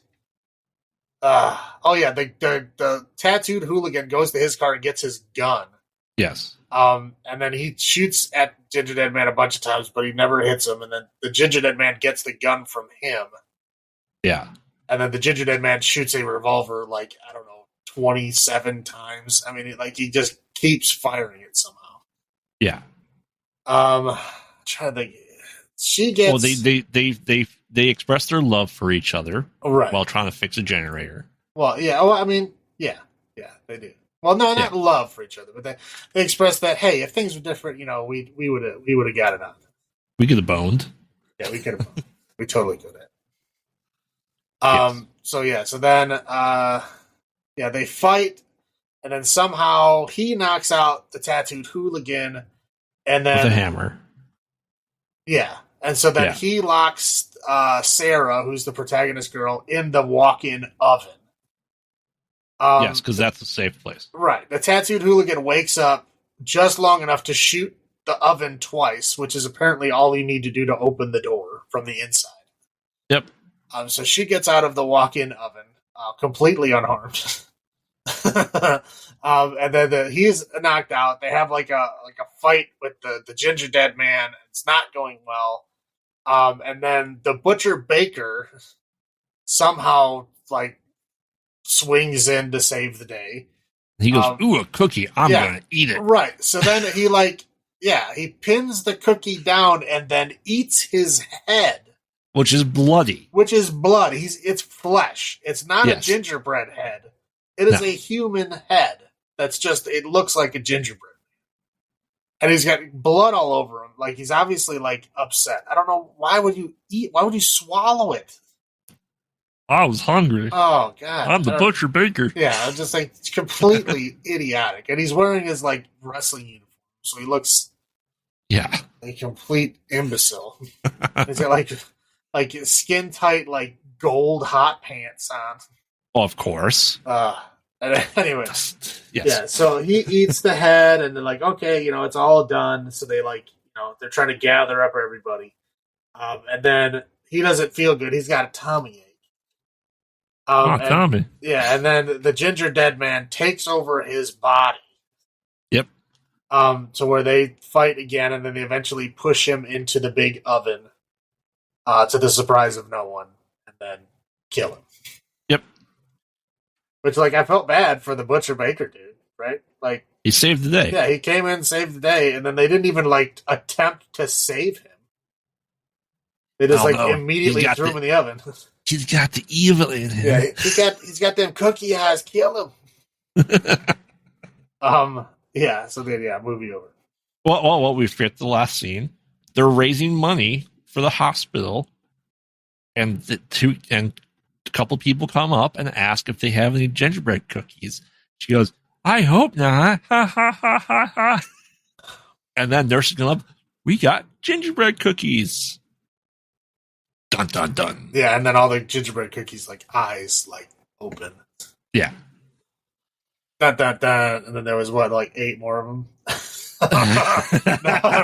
I think there's 4. And then he meets Evil Bong, and Evil Bong 888 is coming out. So, okay. Here I was actually going over the synopsis because I couldn't believe these things were real. I was going over them, and it's there's Gingerdead Man, and then there's Gingerdead Man 2, which has 2 different titles. I liked one of them, Passion of the Crust. Yeah, Passion of the Crust or Bakery of Blood. It's the same movie, same year, same runtime, just 2 different names. Yep. And the third one, I don't remember the name of. And then the fourth one is, Gingerdead Man versus Evil Bong. Right. Which is a whole other series. Which the protagonist of this movie is also an Evil Bong, and she plays a different character. So eventually, there's more crossovers that happen where she's playing multiple characters from the Gingerdead Man franchise and from Evil Bong franchise and from another franchise as well. Right.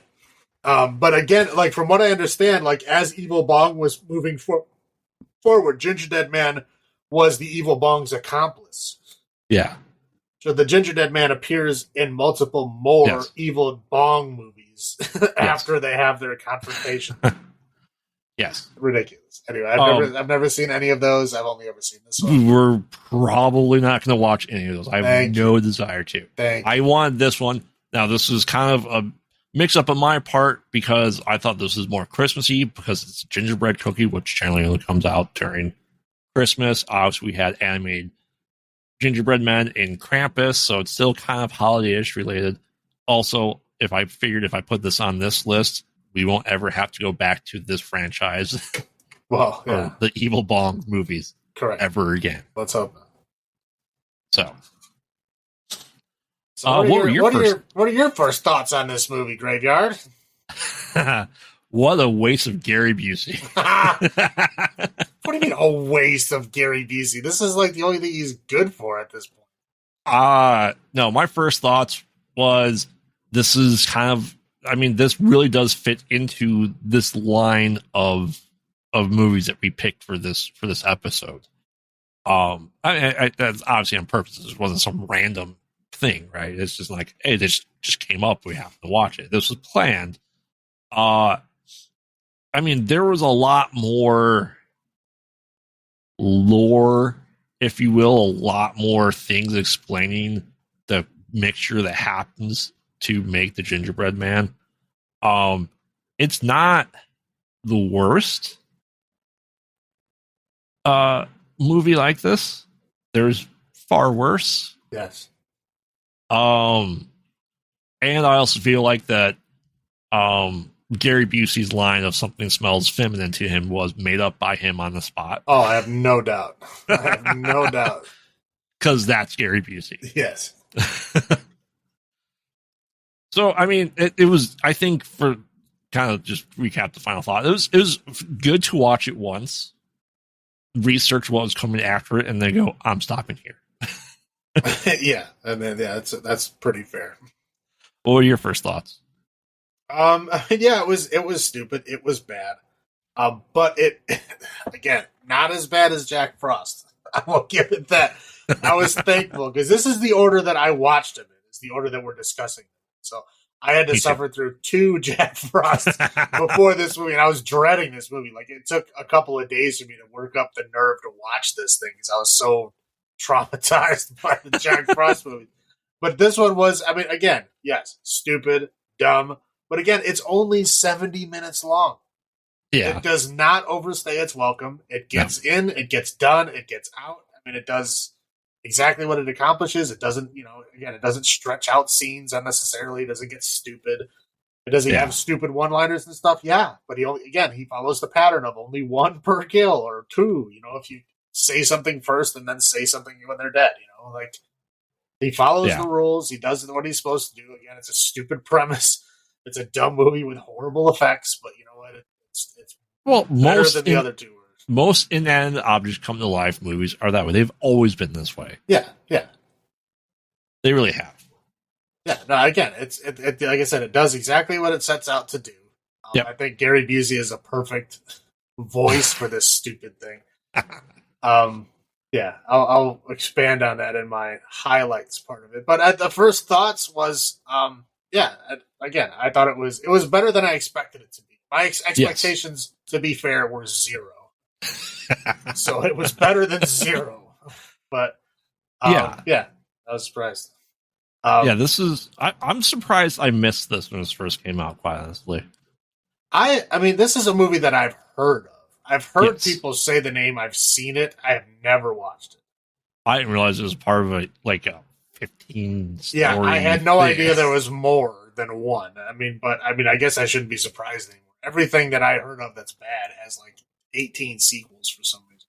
Right. So. What are your highlights, buddy? I mean, Gary Busey. I mean, he's a highlight of everything. But I mean, I feel like I said, not necessarily a waste. I mean, they got Gary Busey to be Gary Busey, which is exactly what they needed. Right. And it was kind of a nice to see a familiar face that we know. Gary Busey. Obviously, we've discussed Gary Busey from, Predator 2. And he's kind of a good. You could see if they go, hey, Gary Busey was found and he killed 50 people in his basement. You're like, that makes sense. Yeah, that's like, and right, only 50. Right. Gary Busey, if you listen to this, I apologize. But the premise, it had everything there that this genre of movie that exists. It's like I said, it's on par with tell me inanimate objects that come to life movies. I don't even know. I don't want to look at that list. I don't want to look at that list ever again. But is it any better or worse than Munchies? No, it's on par with that, which Munchies is the Gremlins phase in the genre. See, Munchies is a movie I watched a lot of times as a kid. And I have not watched it as an adult. It's awful. I know. See, this is one of those movies, I've ruined it for myself many times. Like, you watch these movies when you're a kid, and you're like, oh, they're great. And you watch them as an adult, and you're like, this is a steaming pile of crap. Like, why did I think this was a good movie? I know Munchies will be that movie, and I refuse to watch it as an adult so that I can still hold a positive image of that movie in my mind. I know it's bad. It's like Schrodinger's movie. You know what I mean? Like it's bad and good at the same time, right? But only because I'm keeping it in that limbo that I can't see it myself right now. I mean, that's fair. No, like I said, highlights Gary Busey. Like I said, it's the character. Like I'm pretty sure that's supposed to be her mom. And this is the highlight for me as well, is how bad that bakery sign is. It's like, all right, this is an actual building for something. Can you just put like a piece of paper over it to say bakery or Susan's Bakery? You can't nail anything to this building. Just put a piece of paper over our actual sign and use our store as a front. What about highlights for you? Highlights for me is how they got that Gingerdead Man to look like Gary Busey. He really does look like him. Like I was like amazed every time I looked at his face. I was like, "That is an amazing likeness of Gary Busey." And the way that he talked, like how he kind of like talks out of like the one side of his mouth, kind of. Yeah. The cookie did the same thing. It was like, I mean, obviously, I'm not saying that the arms and legs of that cookie were ridiculously stupid. Like whenever they showed it like walking, it was like very obviously somebody just like dangling the cookie over the ground. Like, right. It was very, very bad. Like the arms were like obviously like just rubber or something. Yeah. But the face and the way that they made that cookie talk was Gary Busey. It was exactly him, and I was amazed that this low budget of a movie they did such a good job with just the face of the cookie, not the rest of the cookie, just the face of the cookie. They may have just taken a mold of his face. That's very true. I don't know, but the face of that cookie looked just like Gary Busey, and they did a hell of a job with the crap budget that they had. Right. Well, why don't you go into your low points then? Low points would be that these people obviously can't bake. No. They obviously had no idea how to bake. She had no idea what she was doing. She was using a cookie cutter on a pile of yeasted bread dough. It obviously wasn't gingerbread. I mean, okay, because the Gingerdead Man, had a white collar with a little red bow tie. Yep. And he had white around his like wrists for like, cuffs or whatever. Yeah. And when she decorated the cookie, there was no white used at all. None. She just put like 3 little like red gumballs for his like necklace. And then she put some chocolate chips on his chest, and then like 2 for eyes, and then cut a hole in his face for the mouth. Barely, like she like used her finger. Right, yeah, but like that was it. That was the only decorations that she did, and he came out like fully clothed, like he was like a fully clothed gingerbread man. And to that point, with what she did, there's no way in hell that cookie's staying in that shape with that type of dough being used. Exactly. I mean, again, whoever like you think that one person in the production of this movie would have been like, "That's not how baking works," but no one did. And they let that crap go through. In fairness, we didn't have the Great British Bake Off. So we didn't know if the dough was underproofed, overproofed. I'm just saying, like, they obviously, like, rented out an industrial bakery. I'm sure someone there could have been like, that's not how you make gingerbread, dude. Like, they could have paid the guy, like, a night's wages, to be, like, the consultant on the film, the baking consultant. Or have him make the gingerbread. I mean, I'm sure he would make the gingerbread. The caterer could have said something. Right. Anybody could have been like, dude, this is not correct. It won't take that much work to make it look like a gingerbread. No. Whatever. No. It's horrible. What's your low points, buddy? They kept showing. Okay, so I like how the mom, grandma, whatever you want to call her, the old woman with the Jack Daniels bottle and shotgun, shoots the sign off perfectly on the other side of damaging nothing. With a shotgun. That she shoots it in 4 points and just kind of the tape wears off. Right. Of this conglomerate bakery that's building's the same size as hers. Okay, to be fair, this is Texas. I mean, she's probably been shooting that gun since she was knee-high to a grasshopper, as they say in Texas. I mean, fair. But, it's... And the low point is clearly My guess is you're correct. This was a bakery, and the baked goods that they had on display were actual baked goods of this industrial bakery, and they have this one cake and this one thing. So the making of their shit was horrible. Yes. If I walked in the bakery and saw something like that, I'd be like, I'm out. Well, yeah, but I mean, how much money would it have been to have like some baker from this place just on staff to just look at it, or to like make the dough for you? You know what I mean? Like, I mean, how hard would that be? Right. You know, I mean, like a few $100 would be more than they would make in a day. I'm sure they would be more than happy to make some dough for you. They may have even had dough there. Correct. Who knows? But it's we're not bakers. We can go, okay, something's wrong here. Right. And it's the dough. Yeah. But yeah, for a movie based around a baked good, you think they would understand baked goods. Right. Gives me no hope that evil bong doesn't have any fundamentals of how bongs work. Correct. All right. So, is this on your naughty or nice list? What does that mean? Does that mean I want to watch it again? Yeah. Naughty. Naughty. I don't want to watch it again. That's not what I want to do. But it is going to score higher than the first two. But okay, so it's naughty because you don't want to watch again. But was it nice? Surprise. Yes. Okay, there you go. It was. I agree. It was naughty. I don't want to watch again, but it was nice enough. I was pleasantly surprised on it.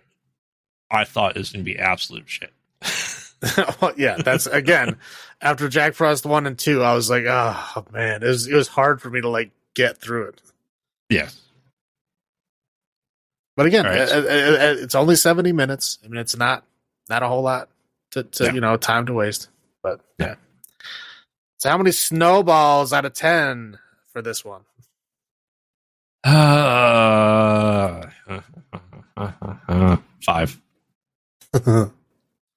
I like Jack Frost. It's not. It's. I don't like this as much as Jack Frost. I mean, really, it's. What about you? I will give it 4.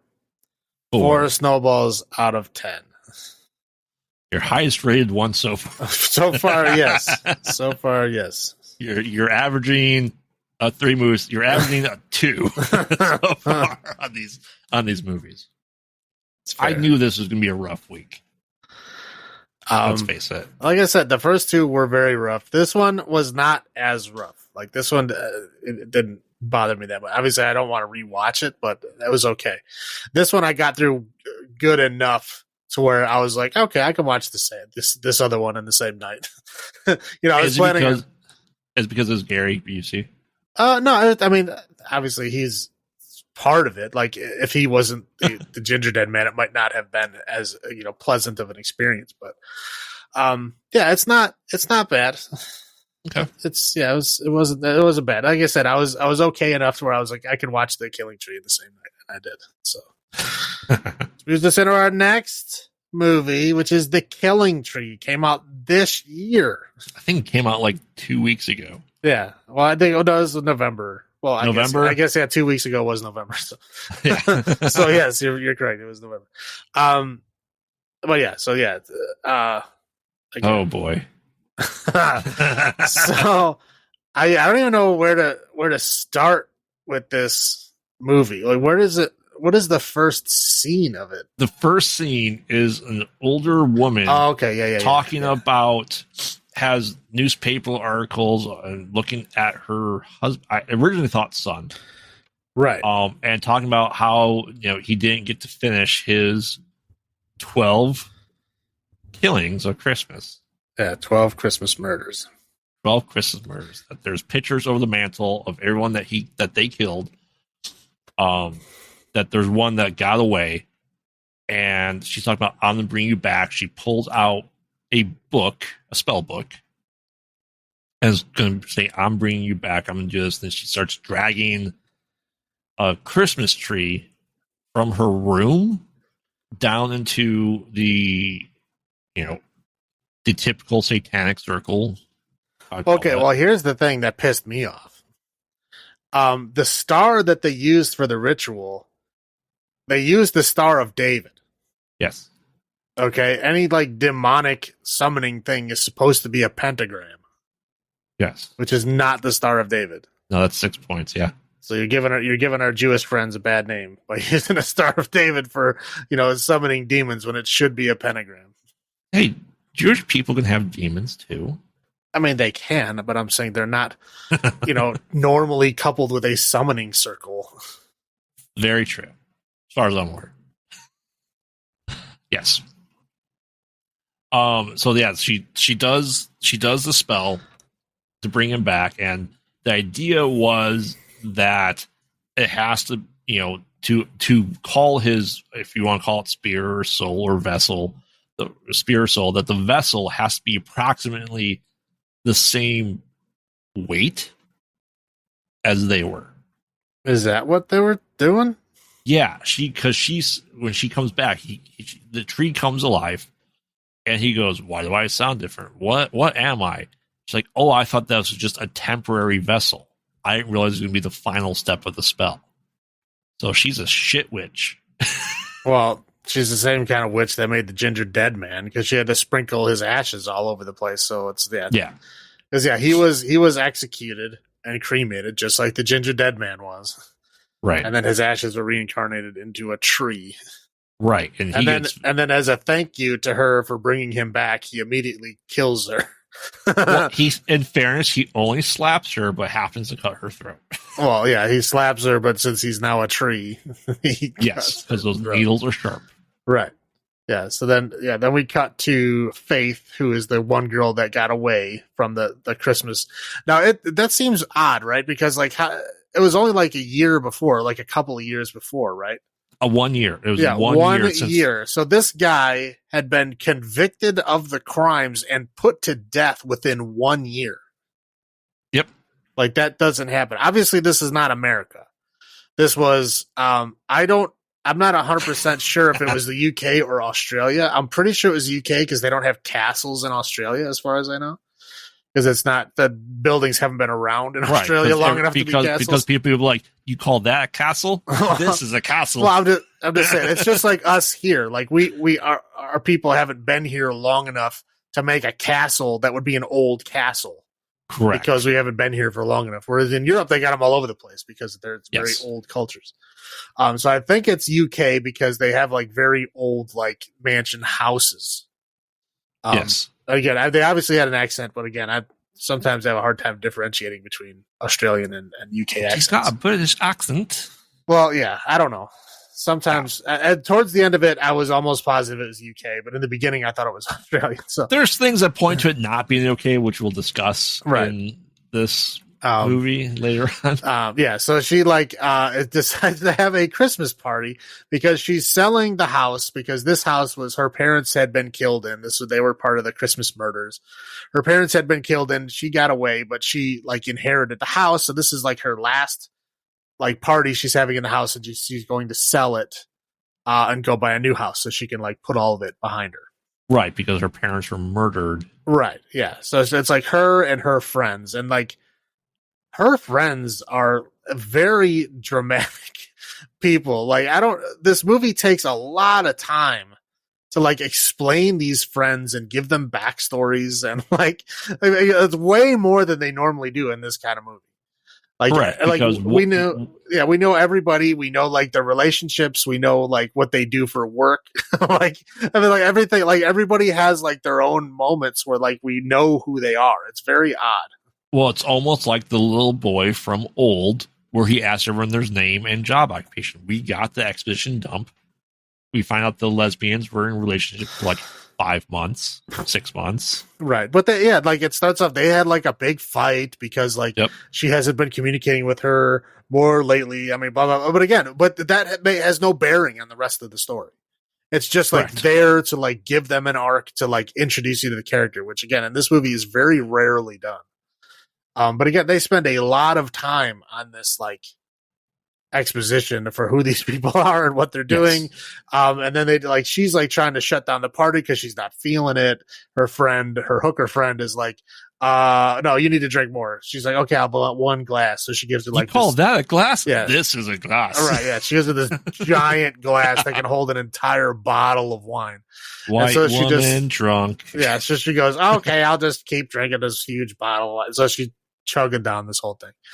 Right. She doesn't get too drunk, but she does get goofy and happy, and they're all having a good time. Yep. And meanwhile, we see this Christmas tree person trying to find his way to the house, and he gets lost. Because his old lady always was in charge of the directions on the map. Yeah, the lady that he killed, whose name was Morrigan. He kills her. Yeah, so he can't find his way. So he's like trying to find his way in a map. He kills some guy that makes fun of him for using a map. That's like some drunk guy trying to pee on him or something. You think you can take me? Right. Yes. You think you can take me? So he kills them. The old people that left her party were like driving down the street, of course, saying her name loudly enough for the tree to hear. I think Faith was over there. Right. So they're like, oh, Faith, that's who I'm looking for. You know, obviously it could never be another Faith. It has to be that one. Okay, so I want to point out with that couple that they have their own exposition dump because he's getting explained why she's selling the house because of the murder. So we're getting more exposition dump being explained to him during the party that changes the focal points of the audio at different points in time. That was driving me insane. Because all of a sudden, like, the background as everyone talking was louder than them talking. I don't know. Again, the movie is just weird in the way that it's shot. I don't get it, but whatever. So he like attacks. I thought he was going to stop him and ask him where Faith was, but no, he just kills him. Right. He stops in front of the car and they're like, oh, look, a tree in the road. And he goes to get out to like move the tree. And then he just kills him. And then like, you know, he strangles the lady with his Christmas lights, in the car. And then he takes the car and drives it to the house. Yeah. So we go back to the house where two sets of people are now outside. One is the redhead girl decides to go outside and I guess bone her boyfriend, right? Right. So here's the part that drives me crazy. With this, it's December in the UK. It's colder than it is here, they're in a pool. Right. They're in a pool. This is why at this point in time I was like, this has got to be Australia, right? Right. Because it's like warm out during Christmas. I was like, it's gotta be Australia. But again, I don't know. I have no idea where was one of the two. I was trying to look it up. I couldn't even find the answer. So they're outside and they're like boning and it like weirdly jars. I think they cut some scenes out. Because like, you know, they were like outside, like kind of like talking and making out, whatever. And then they cut to like the tree getting closer to the house and they cut back to them. And now she's in the bikini and her hair is wet. Yep. But she didn't yet get in the pool. Correct. So I was it's England. The fog is so heavy. Your hair I guess. In December. I was like, that's odd. You know, so they're like in this weird like position and they stay in this position the whole time where the guy's like laying on the ground and she's like kind of on all fours, but not really straddling him, kind of like more to the side. Yes. It's a weird position and they stay in that position the whole time until the tree gets up to him and then, kills him. He takes her and like splashes her around in the pool trying to drown her. And it doesn't work. And it doesn't work. But then he goes and kills the dude. Rips him right in half. Yeah, he like picks him up and tears him in half. And then she goes and hides in the pool house. And then it like stabs her a bunch of times with his like, you know, twig arms or whatever. Sure. The greatest CG ever. Yeah. Okay. Well, yeah, I don't even want to talk about it. I'll get there at my low point. I don't even want to mention it. So that then the Faith is now outside, like playing tennis with her other friend who has dressed up like a Christmas cracker. Because she's a hooker. No, that's a different one. Okay. So what we're saying by her friend being a hooker is she gets paid money to have sex with guys. Yeah, no, I'm not just saying that because she's dressed scantily or anything like that. No, she literally is, Right. yeah, a sex worker. If you And want she to say tells it her, and nicely. she tells Faith to do it too, right, because Christmas is coming up and she needs money. right. But I mean, she says she's making 2,000. Well, okay, I guess it would be UK because she says 2,000 pounds. Right. So Australian has dollary dues. So it would be dues. Yeah, dollary dues because they have dollars. Yes. So they have dollary dues in Australia, so it would have to be UK because they do say pounds. So I guess I didn't really catch it at that point. Anyway, so she says she weighs 2,000 pounds a night, which is unheard of. Yes. But yeah, I mean, maybe she might be good at her job. I don't know. So yeah, she that's what she does. Yeah, there's even a scene where like one of her like clients calls her while she's Take like off your dress. drinking with the girls. Yeah. And then she just kind of like laughs it off and then hangs up on him. No. Right. Yeah. So that's why I'm not like, saying that she's a hooker because she's dressed a certain way or anything. No, she literally is a hooker. She's a lady of the night. Yeah. So no, this is a different friend who dresses up like a Christmas cracker, which is a UK thing, which is, if you're not familiar with it, it's like kind of like a rolled up, looks like tissue paper that's kind of like rolled up to look like a Tootsie Roll. Yeah. Only it's like bigger, and there's like stupid stuff in there. There's usually like paper crown and like a couple of little like knick-knacky type things. Right. But you're supposed to like twist it and then they like pop. That's why they call them crackers, because they pop open. Right. And that's like a big thing in the UK is that they do it for Christmas. Like, well, I'm describing it because I didn't know what they were for a long time. I had no idea what they were talking about. For the longest time, I thought they meant like they had some kind of like cookies. Well, because they call things different. Right. Yeah, because they call biscuits. Yeah, they say biscuits, we call cookies kind of thing. So I like Christmas crackers. I thought it was like some kind of Christmas cookies or something. I didn't figure that out until, this was a long time ago now, but it was like when I was watching Doctor Who. Like the David Tennant era of Doctor Who, where they had a Christmas dinner and they actually had like Christmas crackers and they showed them and said that's what they were. I was like, wow, really? So anyway, so yes, she's dressed up like a Christmas cracker, like in a outfit, like a mascot outfit. And she's outside, and somehow the game that they're playing is she blindfolds Faith, hands her a tennis racket, and then she's supposed to serve tennis balls at her, and for however many she can hit while she's blindfolded, she's going to get hints as to what her present is. Yes, up to 10. But which is like Faith's comment was, "We're too old to do this." Right. Yeah. She's like, what, 25? Too old to play tennis blindfold. Yeah, okay. I'm too old. Yeah, like my fat ass is too old for that. There's no way. Anyway. Right. So yeah, like as she's doing that, the Christmas tree comes up, picks her up, and cracks her like a Christmas cracker. Oh, who could have saw it? Foreshadowing. Who could have saw that? So Faith sees it. She screams. She runs in the house.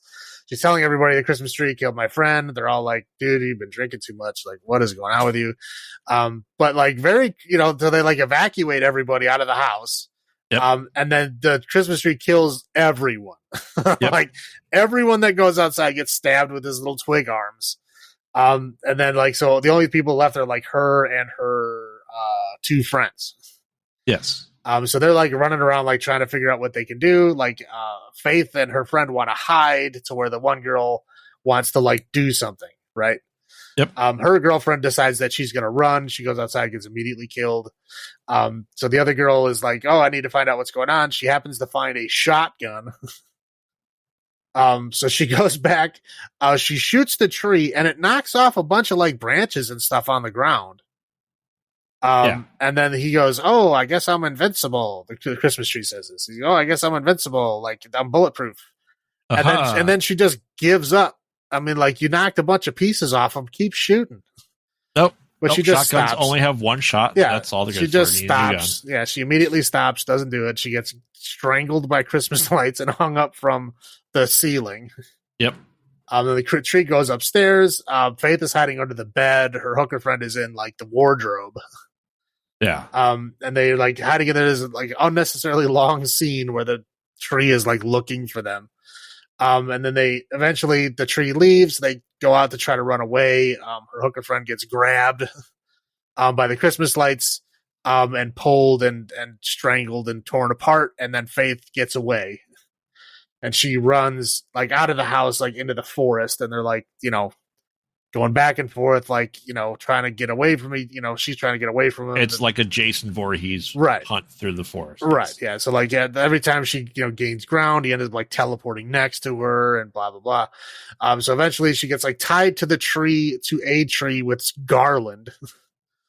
And then he's like, doing his like villain monologue kind of thing about how he's going to enjoy killing her. And then he's like maybe suggesting that he might rape her. I mean, it's like, it's not nice.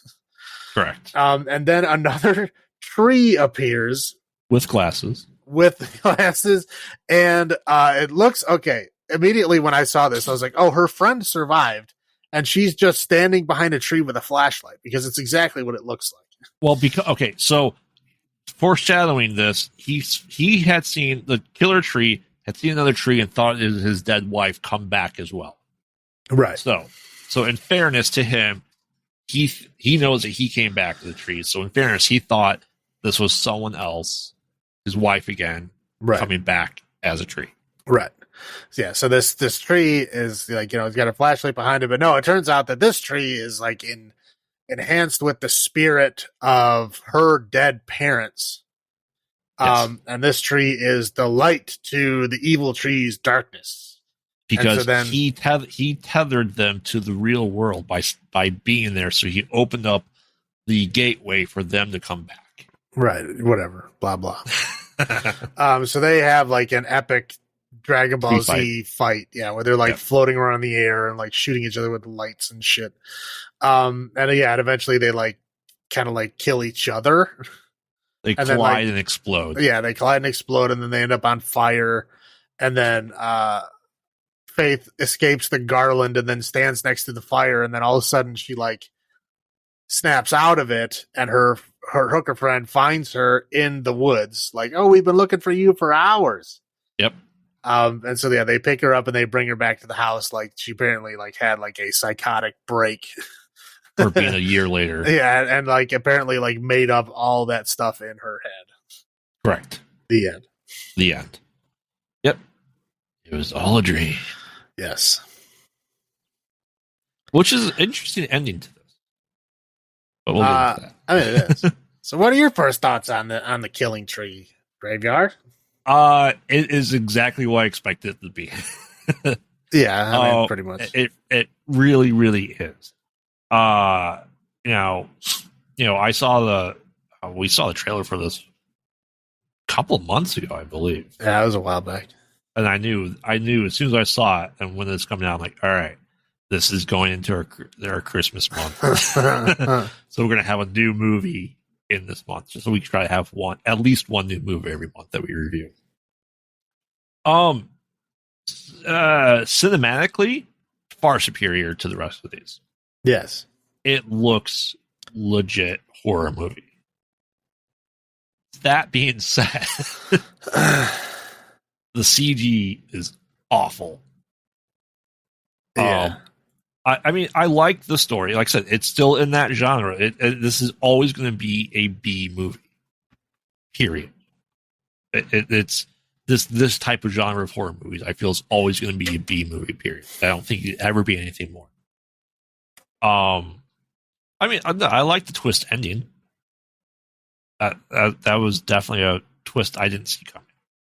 I thought this would be the start of a new inanimate object franchise.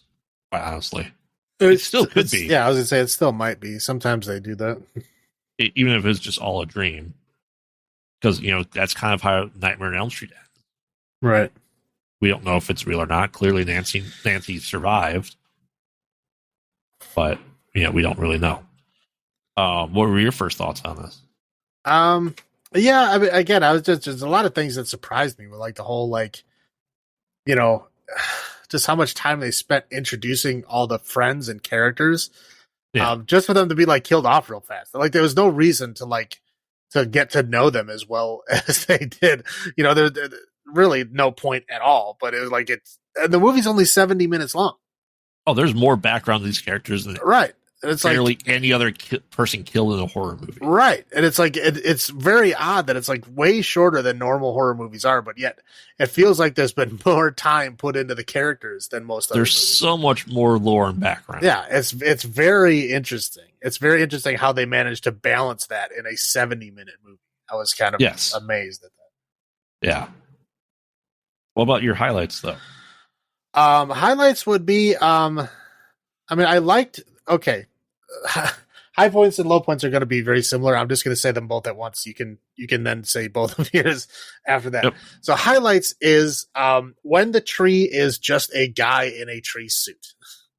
Yeah. Okay, like there's very apparent black gloved hands come out at one point. Black gloved hands. I mean, there's scenes where you can clearly see a guy wearing a pair of boots underneath the tree. I mean, it's very obvious. It's very stupid, campy, but like it was like humorous without being over the top ridiculous. I mean, it was like you could tell the guy is like just unhinged. You know, he obviously has problems, but again, he had problems before. He's killing people for Christmas because he didn't think they were giving enough or something. They weren't in the Christmas spirit. Right. Yeah. Whatever. So that's why he's murdering people, which again doesn't make any sense.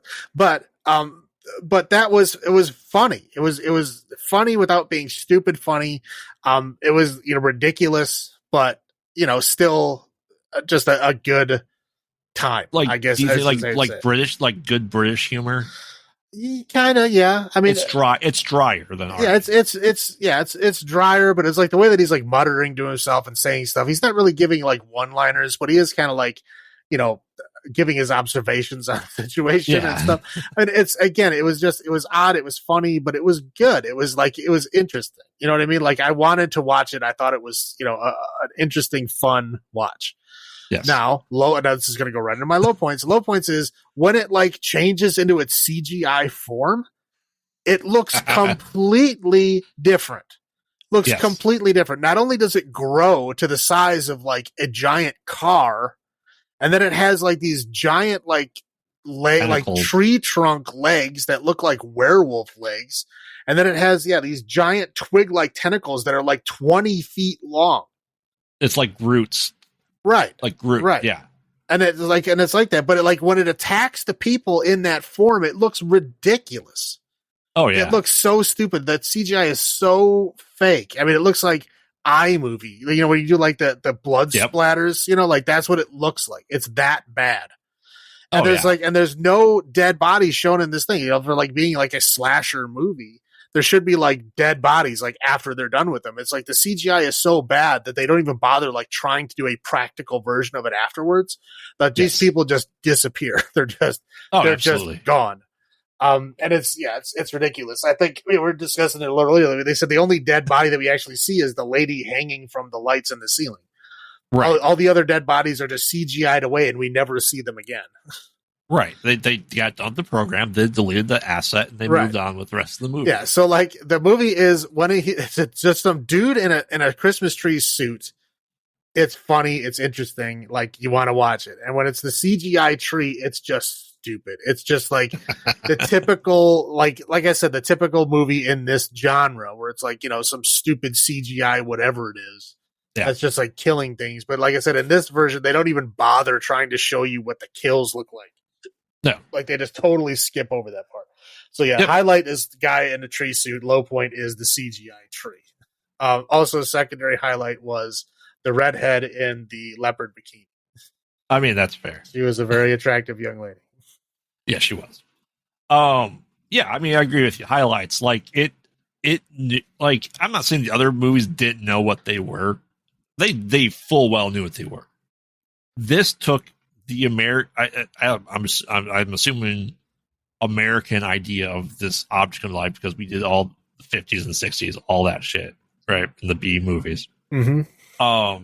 And they put a British spin. It's like if Edgar Wright did this. I feel like this is something he could have done with that craziness of the tree and the guy in the human costume. Like that, it's that type of British humor that made it work very, very well. Yeah, no, I can definitely see that. I mean, it's when I'm thinking of the horror movie, the two horror movies I'm working on that I want to do, one is going to try to be kind of original idea. The other one is going to be pure schlock, and I want it as cheesy as possible. I want to know in it full well what I'm doing. And it may up in something like this list. Can I be the meatball master in your movie? You can. Because I don't want to be the pizza papa because there's already a pizza papa. But I want to be the meatball There's master. There's only one pizza papa for me. There's only one pizza papa. I want to be the meatball master. All right. And sometimes he gets paid. That's right. Occasionally he gets paid. Every once in a while, someone pays for one of my meatballs. Exactly. There you go. Yeah, that works. And so, the highlight, definitely those are the highlights. Low points is the CG. I agree. It's a slasher is about the body. It's to show off your special effects. Quite honestly, the effects used on this look no different than Samuel L. Jackson getting eaten by a shark. It looks exactly the same. Yeah, I mean, I was 23 years later. But yeah, this movie came out this year. Right. It came out this year, and it looks like somebody built it as a class project in like 1995. Yes. Like, that's how bad it looks. Yes. But the tree costume, amazing. Yeah, it was hilarious, and it was good. It was well done. Yeah. And like, whenever he was like, sending out his Christmas lights to like strangle people, it was very obviously just tied to like a fishing line being dragged across the ground. I mean, it was like they had his Christmas lights open up a door at one point. Yep. And like you could tell they just had the Christmas lights on the door. They just yanked it down to open the door, and then they just played it in reverse. It was hilarious. You could still see the knot tied in the Christmas lights where it was around the handle. Okay, so let me ask you this: would this have been a perfect Into the Dark episode for Christmas? Yes. Yeah. No, it definitely would have. It's no different than Puka. Correct. That's right? Correct. Yes. Very good. Very so true. Maybe I'd have to do research. Maybe this was made for Into the Dark since it got canceled last year. This would have been like the vehicle for this movie. It's very true. It's possible. I was trying to look up information on it. I could not find a lot of it. The only thing I could really find was that it has two names, to where sometimes it's the KiIlling Tree and sometimes it's Demonic Christmas Tree. Okay, it's probably different because the KiIlling Tree is a band. Okay. By Tim McGrath from Rise Against. That was his punk band in Chicago in the late 90s, early 2000s, was the KiIlling Tree, or TKT. Like, I don't even think there's a Wikipedia page for this movie yet. No, there's not. I couldn't find one. I was looking because I was trying to figure out if it was UK or Australia. I was like, I'll just look it up. I couldn't find it. Like I said, the only thing I really found was that, I mean, the cast and everything is up on IMDb, but there's no information about the movie. But yeah, it basically shows that it has two names. There's like the KiIlling Tree and then Demonic Christmas Tree. And that's it. Yeah. That was really the only information I was able to find out. Correct. But for what it was, and we watch a lot of crap movies. We watch a lot of shit movies. For a shit movie, or what we would consider a shit movie in 2022, we've seen some really bad ones. And this has to be one of the best among them. Well, probably. As sad as that is, but yeah. It's better than Jeepers Creepers by far. Yeah. Yeah. Very true. Like this took, the thought process was great. Like I said, it shouldn't be any longer. I don't think it should be anything more than what it is. Yeah. Again, I was just very surprised at how much they were able to fit into a 70-minute movie. But like, and it didn't feel like it was unnecessarily long or short. It felt like it was at a good length. It was the right amount. Yeah, but it was just amazing how much extra stuff I felt like they stuffed in there. It's cool. All right, so is this on your naughty or nice list? I don't know. That CGI is kind of painful. Okay, would you rewatch it though? Would I rewatch it to show someone else? Sure. Okay. So I guess it would. Would I do it with any of these other ones? Maybe not. Maybe Gingerdead Man, but Jack Frost, no. I would not do that to another person. You're welcome. Yeah. Okay. So then what, how many, I mean, I'm putting on my nice list. I think this is something that I need to show the wife that she needs to watch it too. Because it's absurdly British humor. Yeah. Yeah. And I like British humor a lot. All right. So how many snowballs out of 10 would you give this? I will give it I'll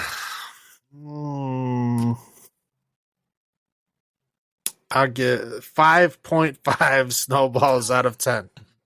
5.5. So this is your highest rated one. Yep. 7. it like of the 4 of these, just in the line of these 4, I probably enjoy it, even though I really like Jack Frost just for its cheesy and campiness. This is something I could probably watch every year. Realistically. Again, if it was on in the background, sure. It's not something I want to sit and focus on every year. You don't go, oh shit, it's the KiIlling Tree. You gotta stop whatever you're doing and watch it. No. Oh, okay. But like, if they cut that CGI crap out, I think it would be a better movie. I think I would give it a higher score if they just cut it out. If it was just a ridiculous dude running around with a tree suit on, it would have been much better. Oh yeah. I mean, he looked like he could have been a villain in Doctor Who, right? For the Christmas episode. Definitely. And it fits in. Like I said, it fits into that British humor perfectly. I agree. All right. So, any other final thoughts on our inanimate object come to life? I'm glad it's over. You're glad but I'm also glad I watched it in the order I did. Because if I would have watched it in the reverse order, I probably I don't know how I probably would have had to put myself in hibernation to try to forget about it or something. I don't know. That's fair. Like I said, the only one of these I watched both Jack Frost, but yeah, I think we were watching a lot of new movies for this month, which is good. Yes. All right, why don't you go ahead and take us home? All right.